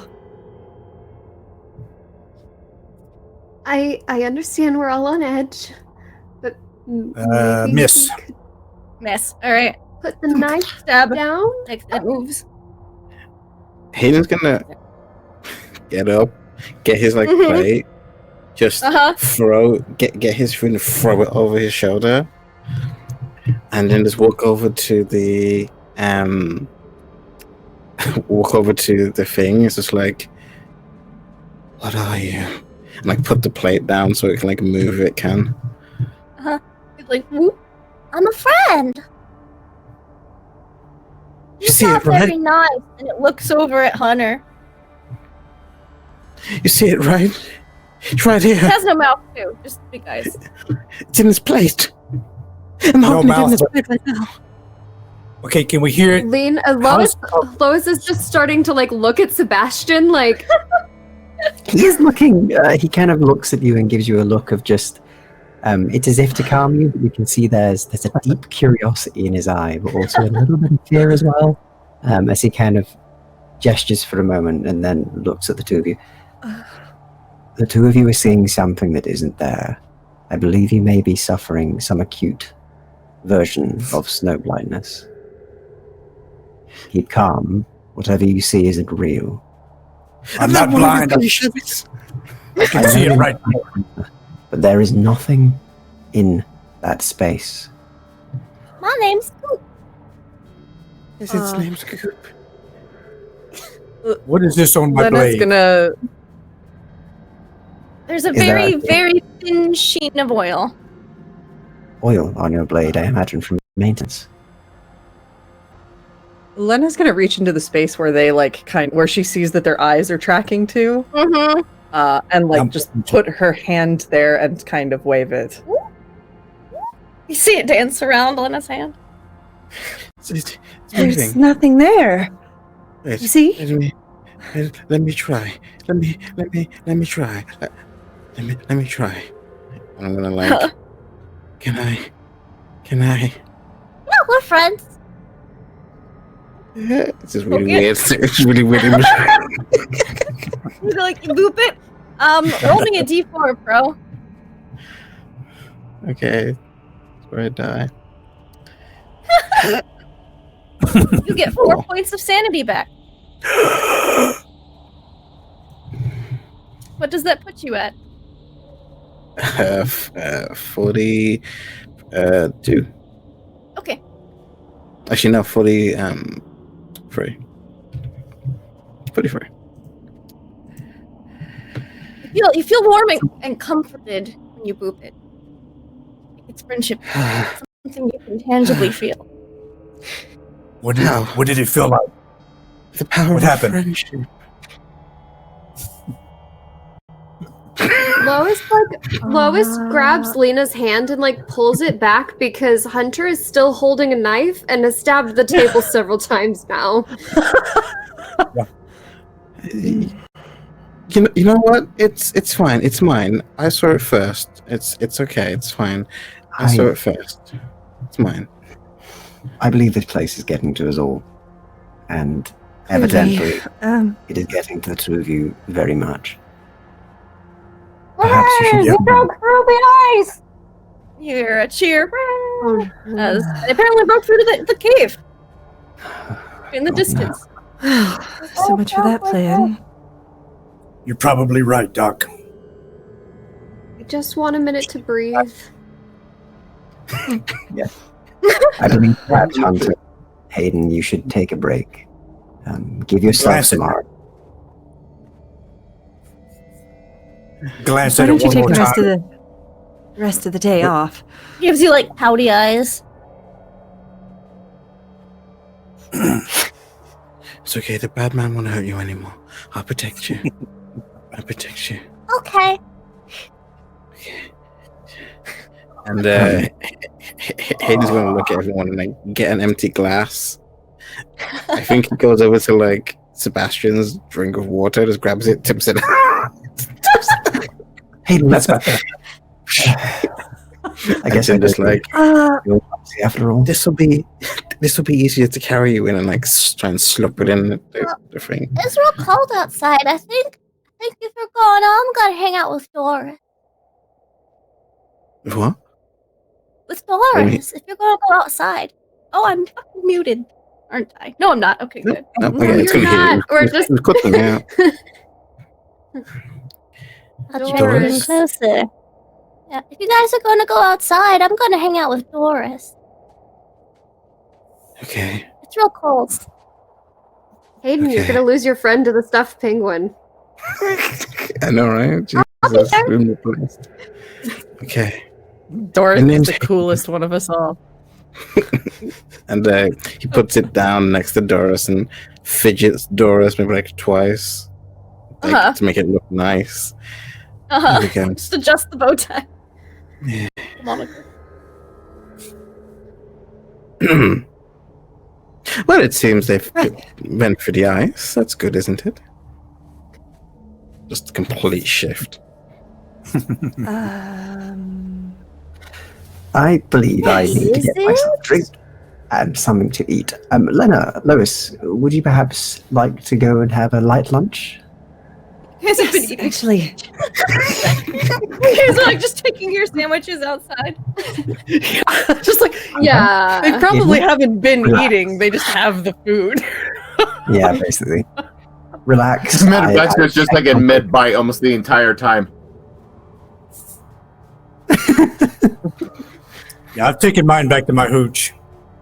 Okay. I'll check in on you both later. Just be safe. take a break. All right? Really? I should. Yes, thank you. It's just been. Did you hear that noise?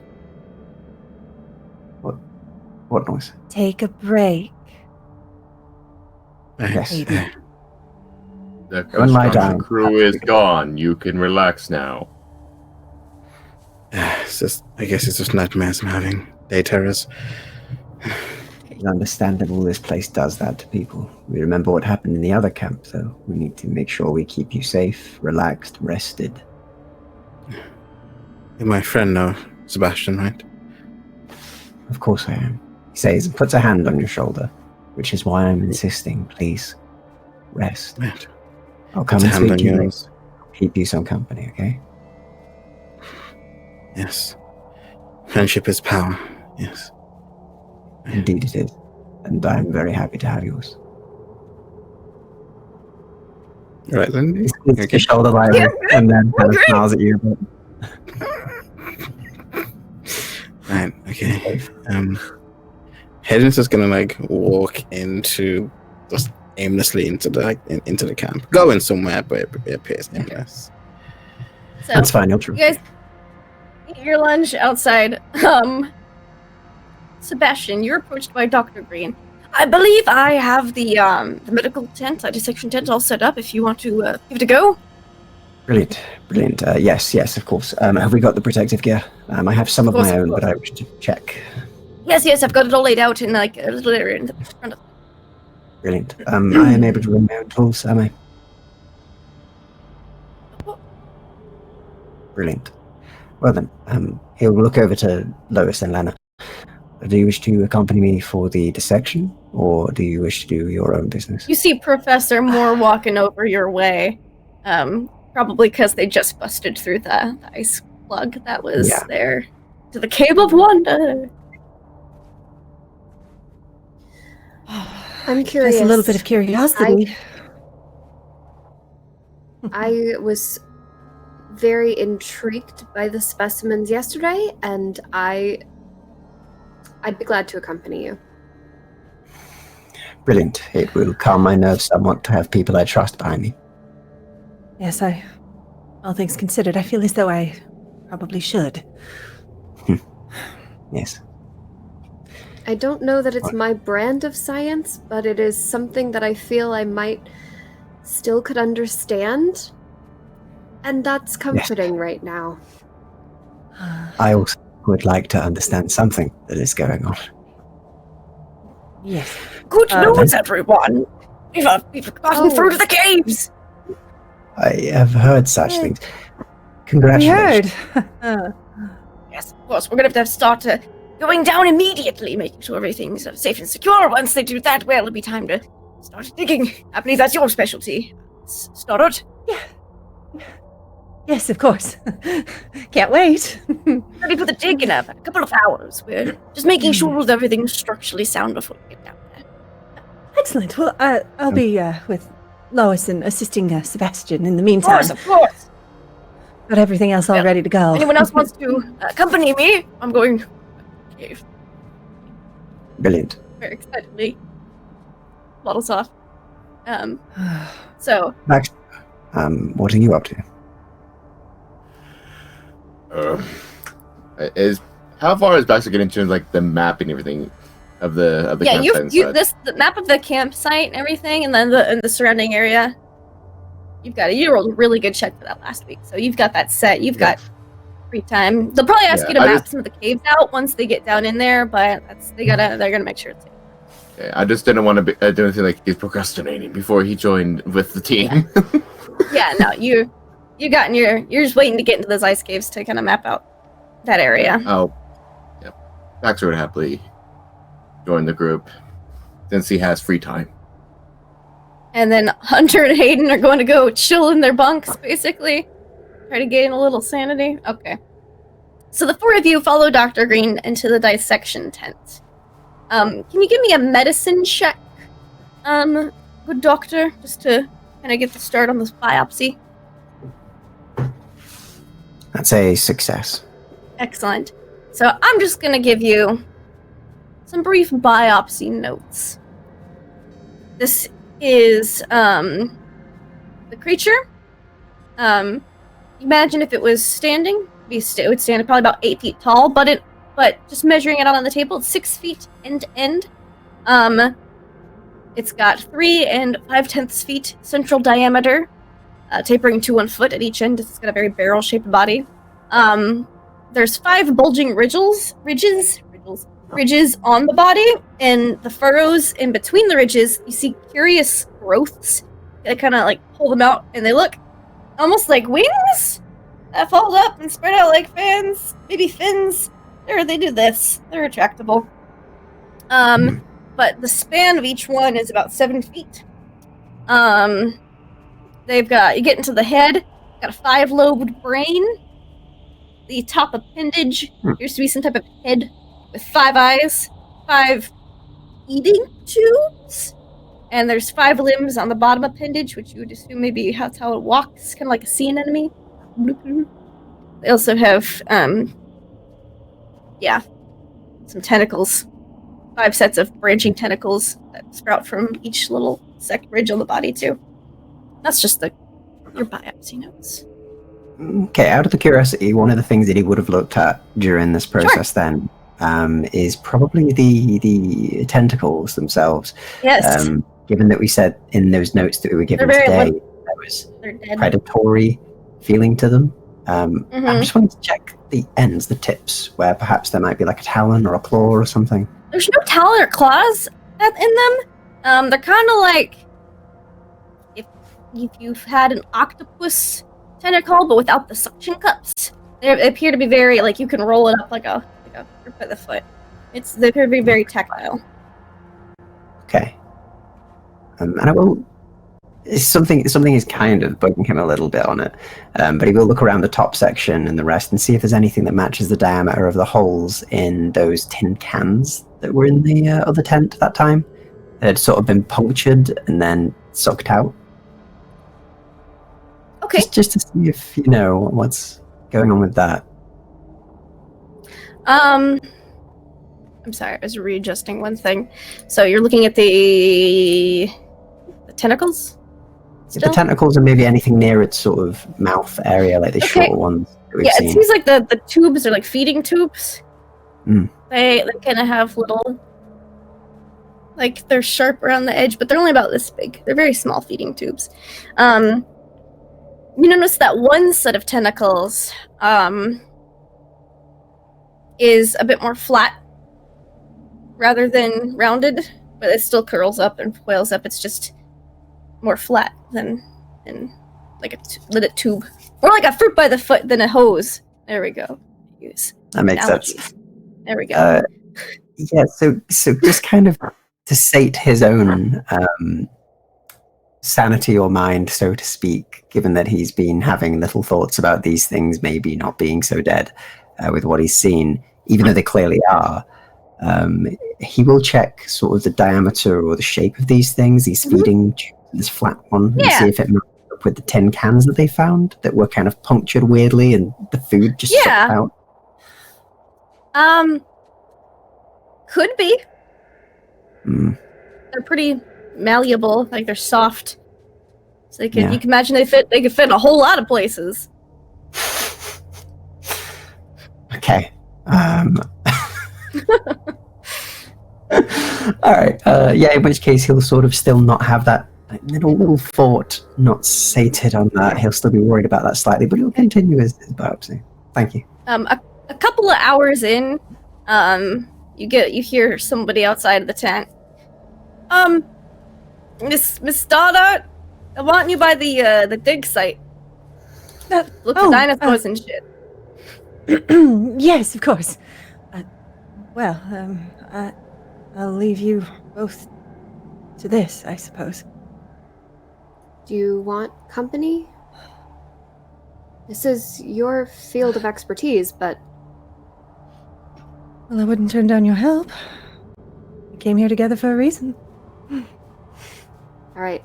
Are you going to be all right, Sebastian? Sure. No worries. Yes. I'll watch the doc. Unless you'd like a break and would like to dig up dinosaurs. I think we're going to find a T-Rex. At this point, I almost hope so. You better freaking shout if you find a T-Rex. I believe I will continue here, but let me know what you find. You're in like all this gear and like rubber gloves and like a mask. You're like, you might as well just get it all done in one go. Creature, you know. Good luck. Good luck. Thank you. I think we will Same to you too. head off. Time to head off to the caves to do the thing. All right. Head off to the caves, ice caves. All right. So, you go into this ice cave, and it is beautiful. There is just the multitude of colors in the ice that kind of these are cavern walls once you get through the thick layer ice that they drilled through, and then it's beautiful, multiple shades of blues and grays, and just basically almost like a color palette. It's just shifting hues, covered by a very thin sheet of ice in some places, and other places not at all. It's very intact because of the ice layer above you guys. There is, however, you can tell that there's some pieces of twisted metal. You're guessing that's the remains of the broken ice drill that was from the previous expedition. But there are several different branching tunnels and corridors in this place. You can see some markings done by Professor Lake. You recognize his markings on dig sites of places that have been explored and looked into, and places that haven't yet. This is an immense tunnel network, a labyrinth. Like, you can't see the end of a few tunnels. A couple you look into and they're just like smaller, like more circular or oblong cavern rooms.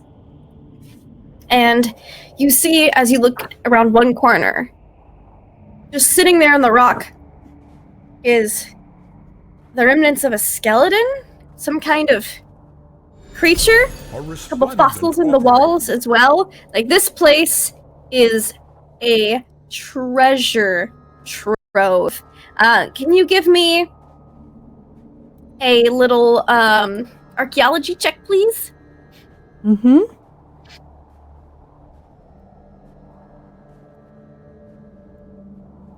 All right.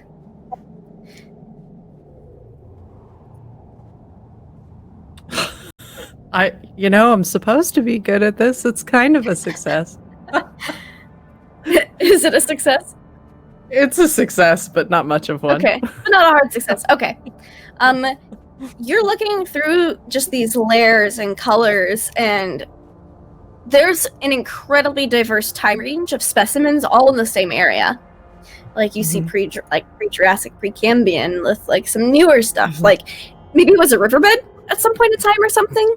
because like the water flowing through might lead you to that conclusion, but it is essentially a treasure trove. You've never seen or heard of a find this rich in just fossils. This is unbelievable.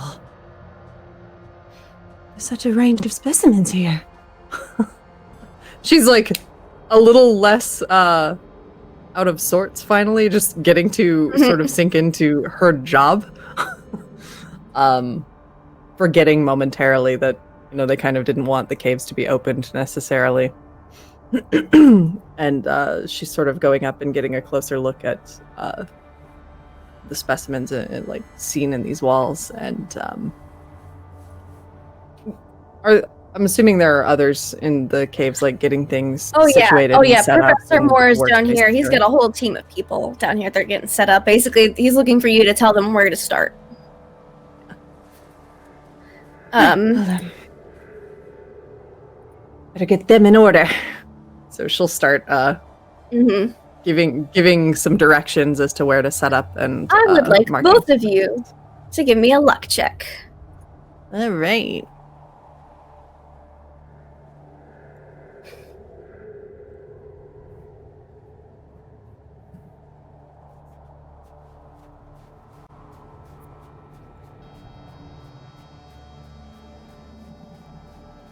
Ooh, okay. So, I think that's a success for both of you. Yes. I'm All trying right, to figure cool. out where that is on the sheet again. Oh, there we go. Sorry, I'm just like really blind. Yes, that's a success. Is that an extreme success for you? My luck is like a 56. Okay, yeah, so hard or barely, almost extreme. Okay. So, Mine You is a guys hard are- success as well. I think. excellent. You guys are looking around. You each, since you guys are spending a decent bit of time down here, you're probably stuck down here till dinner. I say stuck. You guys are absorbed in all the cool stuff you find till dinner. We're doing science. You're doing science and it's exciting. I have control So- over this. Yes. You For now. find, Lois, a much smaller kind of version of that star, that soapstone star that you found. It's much smaller. This one will actually fit in like the palm of your hand. And it's got a hole through the middle, a triangle-shaped hole. And it doesn't have all the dots that the other one had. And Lena, you find a very small star, not carved out of soapstone. You're not quite sure what kind of stone this is, which is unusual for you. And it almost feels warm to the touch. Like you've got these thick gloves on, but like you pick it up and you feel almost some warmth kind of coming through. Does it give It's off about any what light or era- just heat? Nope, no light. What era are these from? They're both obviously Do I- carved, and you don't know. This is like you idea. found them in two completely different like layers of earth and rock, but And they don't really align with anything in the given era that they might have been buried along with. no. Okay. But they're very similar carving and design, so obviously related. But I don't know. They don't line up with where we found either one of them, and they're so similar despite being from different areas. I'll have to look at them a little more closely, I think, and see if I can discern anything. Keep that safe. Be careful with it, and we can look at them later tonight. Lois is basically taking all of Lena's instructions at this point too. So as she'll go over and like package it up just like she's told, because this is not her thing, but she's been around she's her helped friend before. long enough to like Yeah. So acting it's assistant kind of- right now. It's kind of nice being able to just do the thing and like sink into doing at least Lena's practice and having Lois help her because that's familiar, I think. for both of them. Okay. Yeah, and as you guys are down there, you kind of feel a faint breeze. It's hard to notice it at first because it's so windy topside. But once you guys kind of settle down, you feel that there's a slight breeze kind of just going through the cavern tunnel. So obviously there's another opening somewhere. Not close, but somewhere. So maybe it's a much larger system beneath the Antarctic uplands than you thought. You know that exploring such a system could probably take decades, but it's not going to be too terribly difficult for Baxter to map out what you guys are marking and exploring yourselves. You also find, before you guys call it a night, like a strangely shaped rock. It is, it's like a fine curved piece of very thin polished stone. It's kind of warm amber in hue and almost somewhat glassy. The stone is not thicker than an eggshell, and it easily passes the light. It's translucent, not clear, but the shape and the curve of it, it's not dissimilar to that kind of like the narrow end of an egg. And then it gets wider, but it's kind of irregular. It looks like it was broken. You can't find any other fragments and pieces of it, but that's one fossil you find. Okay. Yeah, she'll package that up very, very, very carefully since it's so delicate. Lois lets her do that one too. It's like, doesn't want to mess it up. Yeah, she's like really curious about it now, and the way she's handling it, you can kind of tell she wants to dig into it now and figure out what it is, but she's taking good care of it because it is clearly fragile. Anything like it before. So like time passes, and before everybody realizes it, it's actually late for dinner time. Everyone's so invested in their work, and it takes a while to get the biopsy done, the autopsy, biopsy, whatever you want to call it. And then Hayden I have a and question. Hunter kind of just yes. Yeah, because every time you kept asking me what I wanted to do, it kept freezing at that specific moment. So I was just like, But while that was going on, Hayden had walked away. I was seeing if everyone had like gone to see the cave and whatnot. And he was checking to see if Lexington's place was ever kind of left on, like her tent. Tended. Yeah. It's empty.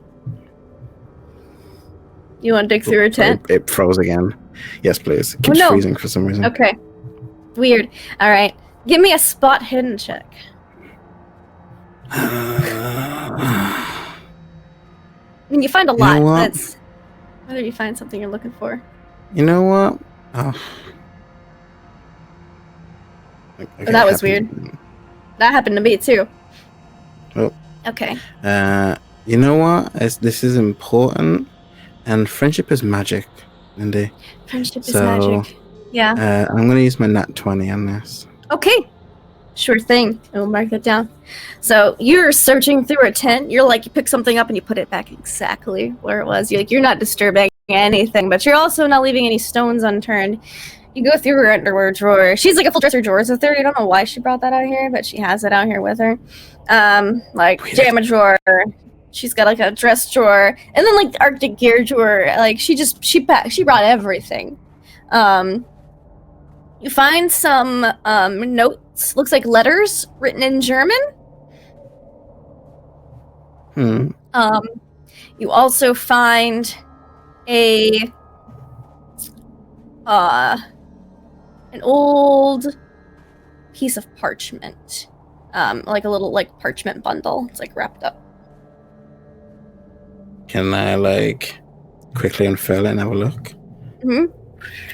You unfurl it, and it's typed out in like the heading, but the rest of it appears to be handwritten, and it appears to be story. You're kind of scrolling through, and you realize that this is the final chapters of the book of Pym's book, as you've heard it referred to before. Just refresh me, player knowledge. Who's Pym again? him PYM. You guys Sebastian made a phone call to a gentleman who had once had this book. There is a story that Edgar Allan Poe wrote, but the last 4 chapters were never published. Oh, They were yeah. not missing. Yeah, these appear to be those last 4 chapters. The guy who sold it to Acacia Lexington's father had said that they seemed to be fiction and nonsense. They didn't think they were authentic, but here they are. Okay. I'm going to bundle it back up. I'm going to take the notes. Take that. All right. Did I find anything else with a natural 20? No, not really. No. Not anything. You find some of the letters in German, and then you find that's because he's with the natural 20. Yeah. It was like tucked in like between some stuff. Like it was a hard find. Equalize. Okay, yeah, then I'm gonna come out and I'm just gonna look and then I'm gonna sloop out. All right, give me a stealth check. See if you can. I knew that was gonna happen. Let me get it easy. No, But I'm gonna before I leave, I'm gonna get the bundle. Huh? I'm gonna like open up my winter gear and I'm just gonna put them in my pants. Okay. Like you're like in your tent. You're like. Basically. Just gonna, but yeah, I'm gonna go and Okay. stealth. Casually walk around with your stuffed pants. That's a super fail. That's a super fail. All right. So you're like nonchalantly walking through, like past your tent. No one sees you leaving the tent immediately because you picked the time as soon as they basically drilled through the ice plug. But they definitely, like, a couple guys, the pilot, Acacia Lexington's co-pilot, sees you and he's like, "So, you alright there, bud? You're not on this Yeah. side of camp often and you're walking a little funny, is all. You just to the left or something?" Oh, you know how it is. It's got a little frostbite. Winter gear, though. Yeah. Alright, well. Yeah. I was just looking You need some help, or are you gonna take care of that? with my frostbite. Yeah, like frostbite's bad. It's just very serious. You should get a doctor. It's Sebastian. Yeah, I mean he's giving me some ointment. Unless you want to run the ointment on me. I mean, if you need help, you don't look like you're walking too good right now. I'm just I mean, one pilot to another. If you need help, I'm there. I'm confused. If this is you positioning me right now? It's like, you know what? Just take care of Eyebrow yourself. raised. Pats you on the shoulder and walks on. I'll take a At this note of point, that. though, like that exchange, like you've gotten a couple other looks from people walking by. And just like try and walk normally. Okay. Yeah, it's not like it's just a few pieces of paper. It's like a small text, so it's like you make it back What can I to your say? igloo. Make it back to your igloo.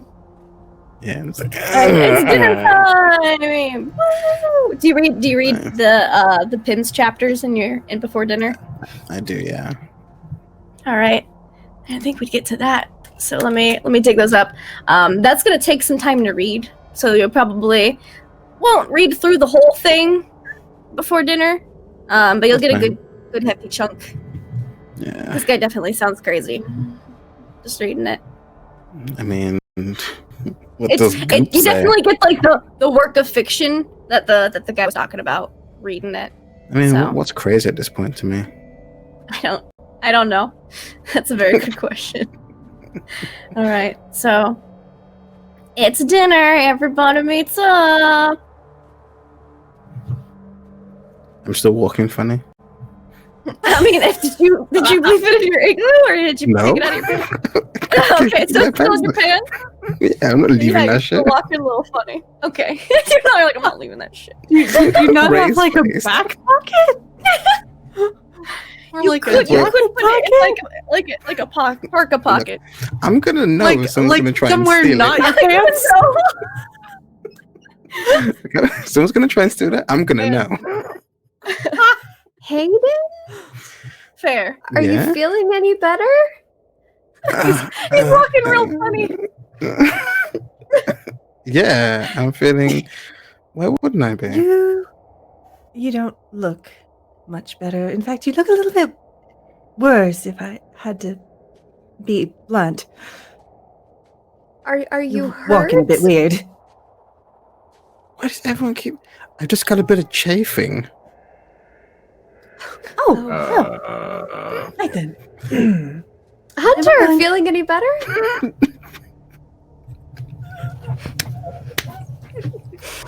Smooches are nice, everyone. Or chafing and frostbite, apparently. that rival. I investigated. I'm not drawing that.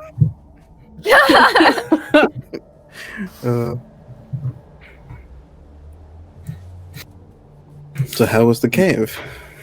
It was magnificent. It's really quite beautiful in there, to be quite honest. Countless specimens available and all sorts of treasures we found. Yes, and this is going to sound weird after my last comment, but can everyone meet me in my igloo?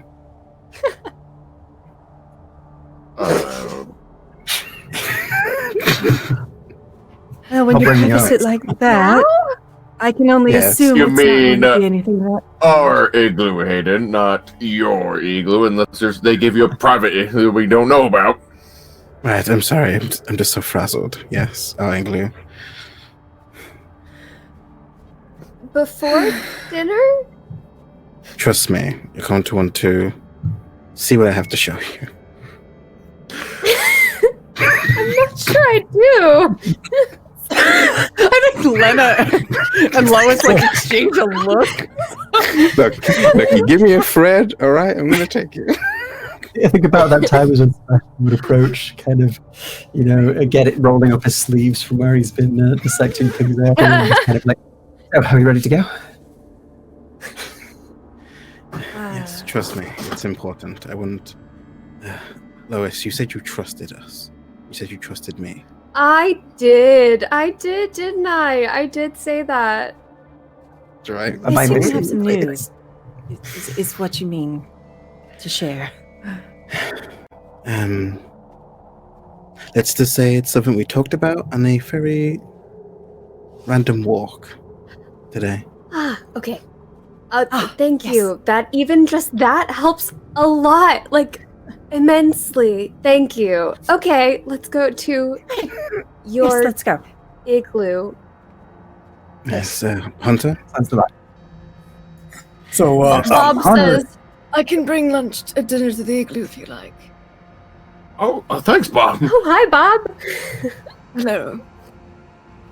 yeah, I had, during that time, I had asked Bob Yeah. if he wouldn't mind bringing me, because I'm not going back into the tent. Yeah. So I'll be standing outside my tent, my igloo, waiting for Bob. Okay. And Okay, yeah. Everybody else marching towards. Bob Towards has Hayden's, your little plate with the silver like dinner serving thing over it. He goes, "So your dinner, however everyone else is dining in Mr. Stewart and Master Wiggins' igloo, if you would care to join them. I believe Mr. Stewart has something he'd like to show everyone." Excellent. My He first hands you thought the is tray. that little Yeah. thing. Hey, thanks, Bob. I owe you for this one. Of course, sir. You didn't happen to? No, never mind. Thanks. I'll take the Of course, get the sir. food off and And he'll walk go over back for towards another the- tray. Everyone gathers inside the igloo. Now it's crowded, as these are at max can hold 4 people Yeah. scrunched up. So with everyone in Mhm. here, it's gonna be crowded. Oh, Okay. And warm. Yeah, it's very warm. Okay. Don't be weird about this. And I'm gonna reach You're into the my one making this weird. Don't be weird. Hold on. And then like pulls out the manuscript. Not what I was expecting. Really. And then Um, the other hand pulls out the German notes. Oh, it's better. What the hell is that? How long No, have you're you not. been keeping that in there?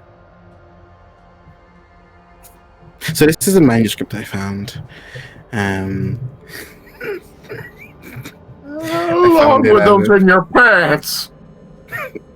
Look, this is me to focus away from my pants and to what I found. We're all gonna feel a lot better. I believe we should, yes, focus on that. Away from Please, Hayden's hands. go on. So I snuck So into the Lexington. book. I snuck into Lexington's tent. You did what? Yes, it's all right, Hunter. Calm down. I should actually fill you in, and then I fill you in on the Germans and the conspiracy stuff. Sorry, I didn't get a chance to say this to you, but everything kind of took off. Yes. So quite weird. Under the circumstances, good move. So what did you find? Well, these notes that are in German, don't know what they are. I speak German. You said you know some militaristic stuff, right? Do you use any military terminology in there you might know? I'll take the notebook and kind of flip through it. all right. So you don't speak German, but you know some names and terminology. You don't see any military terminology, but you do recognize one name.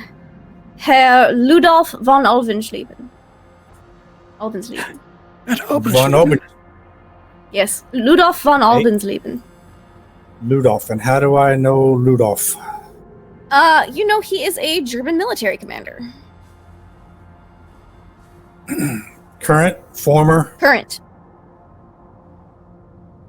and high ranking. Military commander. Okay, is he regular German? Is he Gestapo? Is he SS? If you want to learn about Ludolf von Alvensleben, you can Google Ludolf von Alvensleben. But for your knowledge, like, he's an actual historical figure I pulled into this. So he is very close. He's very high ranking in the military. So his exact rank would be, let's see if I know it this time.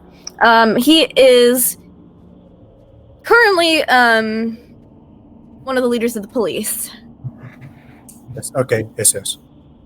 The SS. All right.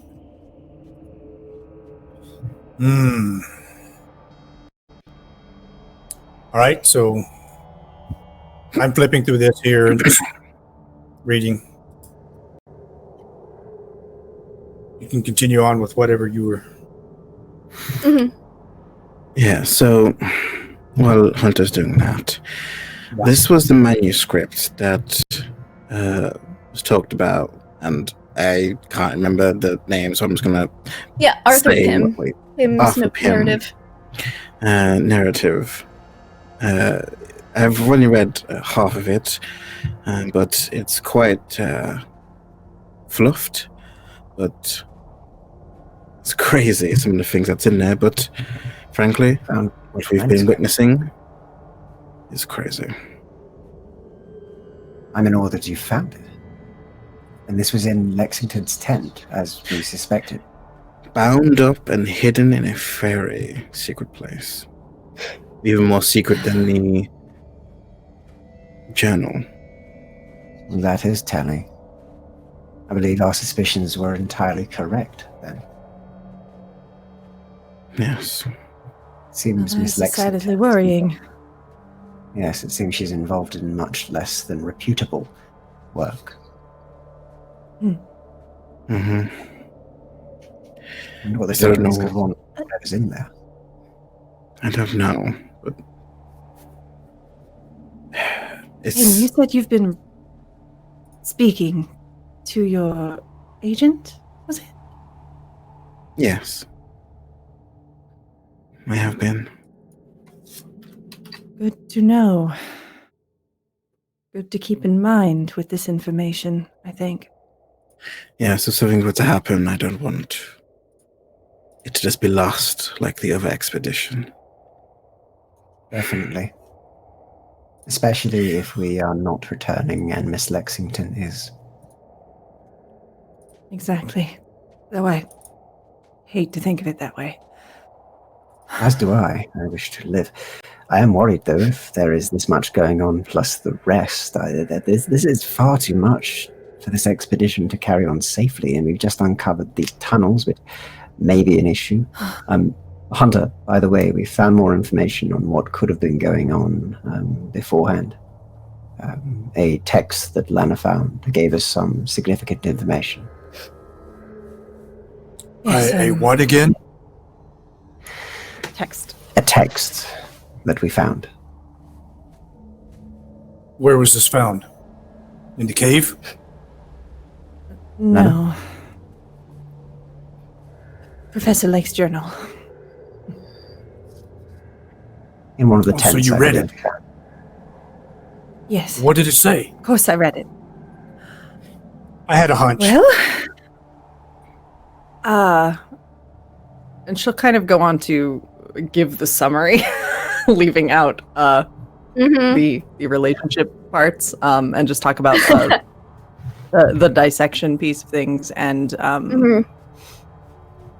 how it increasingly became less and less the writings of a sane man doing science and more the ramblings of a madman obsessed with the song of the wind.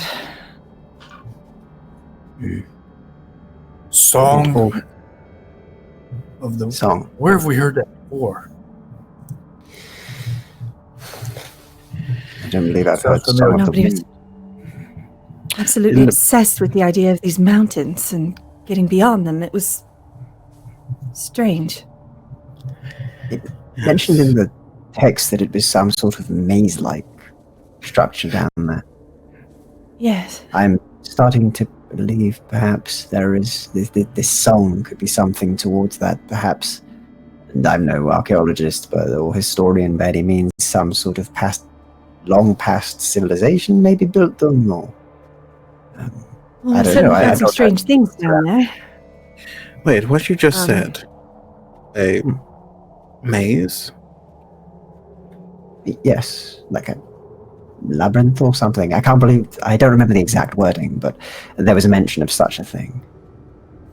And another one said the door needs to be closed. Perhaps the door refers to that cave. Yeah, on one of the earlier notes. Hmm. Yes. I was going to compare Professor Lake's notes with the things that we had earlier, but I hadn't had time yet. I feel like I should take a good look at all of it together and try to fit the puzzle pieces, so to speak. Yes. Yes. Remind me, what condition was the tunnel in when you found it? Was it just frozen over? Was it just the snow and ice? Or was it more collapsed? If it was sealed. Frozen by over? previous ex- Frozen over. It was Okay, so it's frozen left over for the open. most part. Interesting. It sounded, when we were in there, Lois can corroborate, it sounded bigger than what we could see.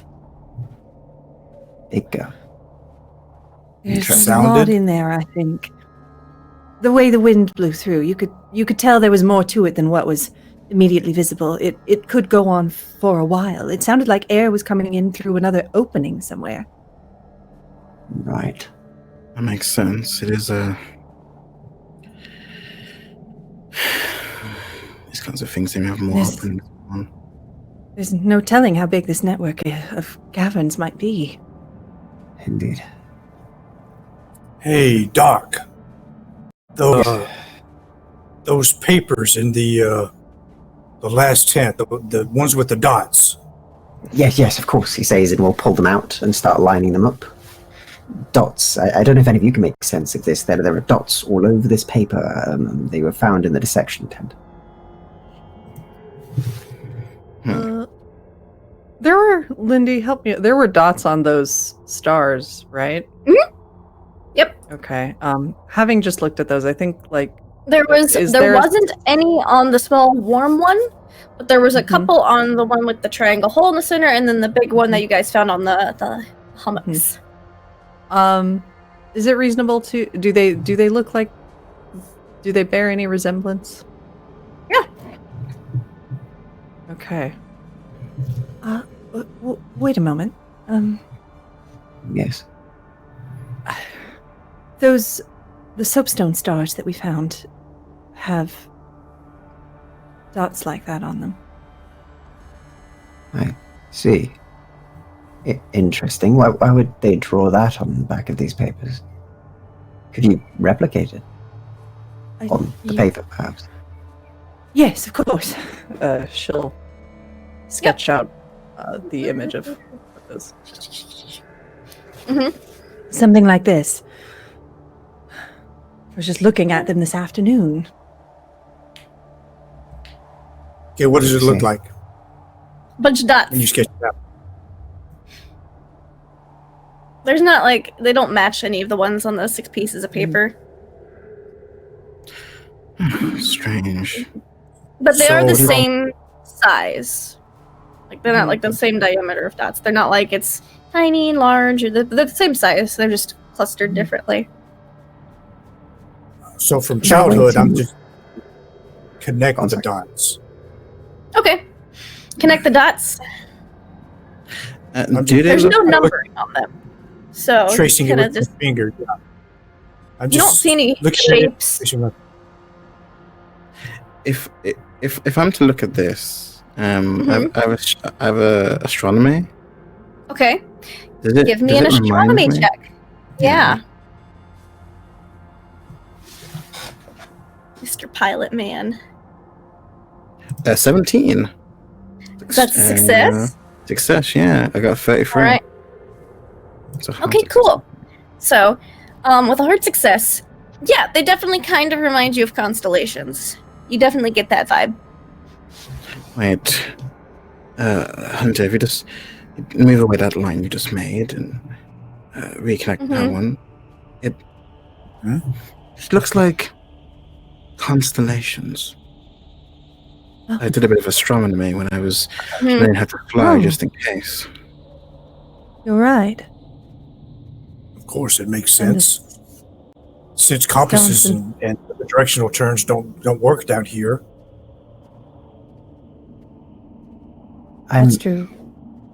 a little confused as to why they would dot a constellation on the back of their paper in the dissection room whilst It's operating. going to take the Hunter same- some time to kind of maybe try to figure out all of them, but he's able to get the one that was on the coin that Lena drew out. The others, he can't put them together, but they definitely remind you of kind of constellations. Perhaps it's a bigger picture. Hunter, did you find anything in the book I gave you? Oh yes. This Von Holdensleben. Holdensleben. Right. He is he's a high-ranking SS officer in the German army, and I recognize his name, but everything else is non-military. It's probably some civilian communications beyond my what I understand. Why would she know someone like that? It's Mind if very I significant. have that back? Yeah, well, it will definitely sends alarm bells off in my head Yes. Indeed. because of And as these alarm bells recent, are kind of going off in everybody's heads, you guys realize you're pretty tired. It's way past dinner time. Bob has brought you food. You've kind of eaten it, or maybe not eaten it, as you've been discussing all of these things. And it's pretty much time for you guys to go get some sleep before you fall over. So some of you maybe stay up a bit later looking over some of these papers. Maybe Hayden tries to piece together some of these constellations. I'm going to give you guys the handouts for the last chapters of the PIMS narrative because it's like 8 pages long, so not stream readable, but it'll give you guys an idea between sessions. And everyone goes to sleep. The next morning, everyone is woken up by the sound of deep throaty engines roaring up above. And you peek your head out of your igloos and you see 3 huge tri-motor planes come into view, kind of turn a little bit and coming into land with black crosses clearly visible on each wing. You hear someone yell, "The Germans are here!"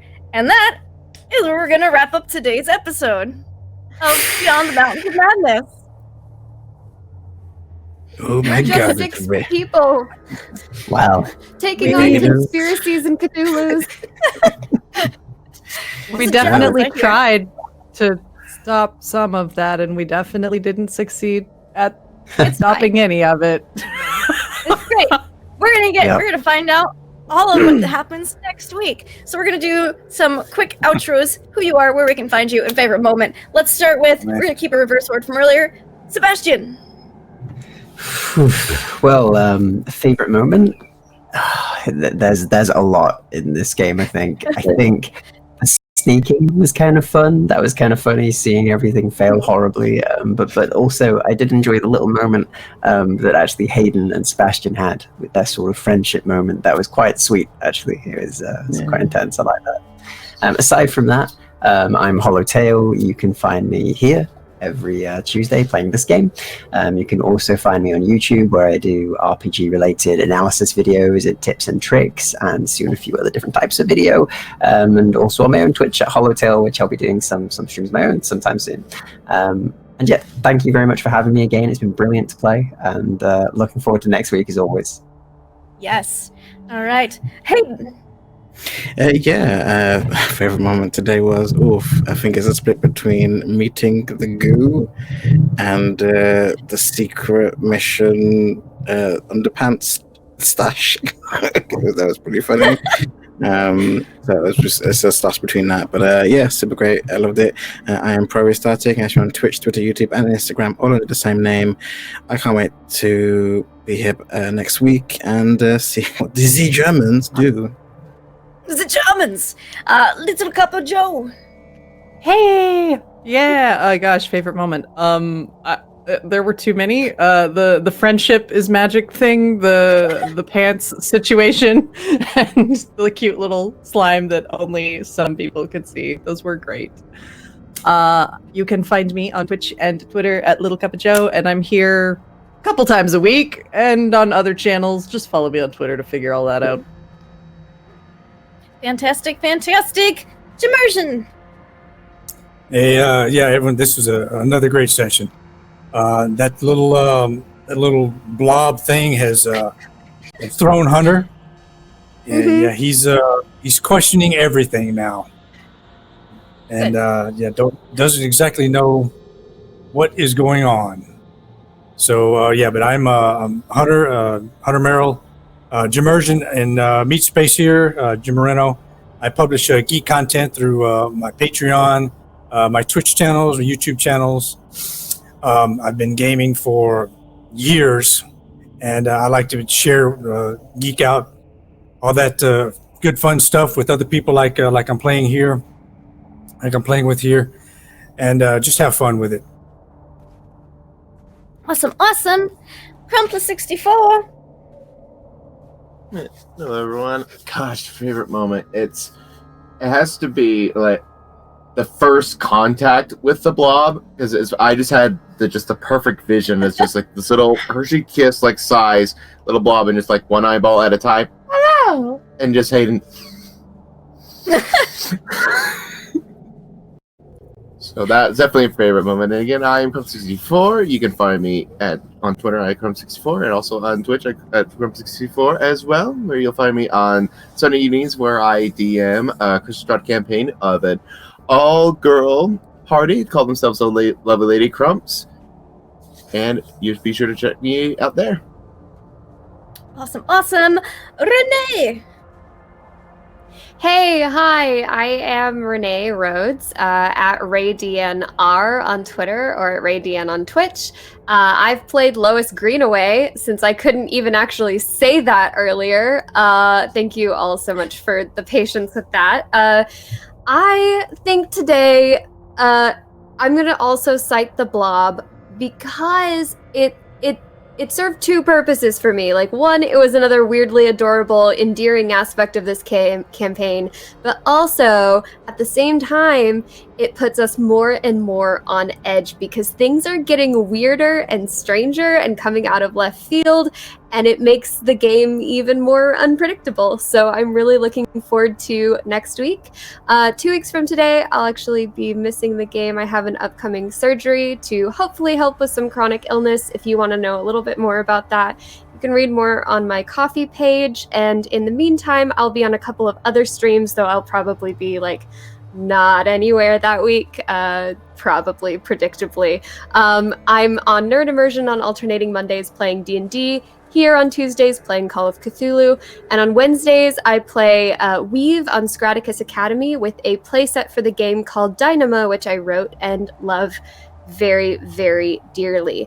I'm also the DM for Fate and the Fable Maidens, which is a family-friendly actual play podcast of D&D.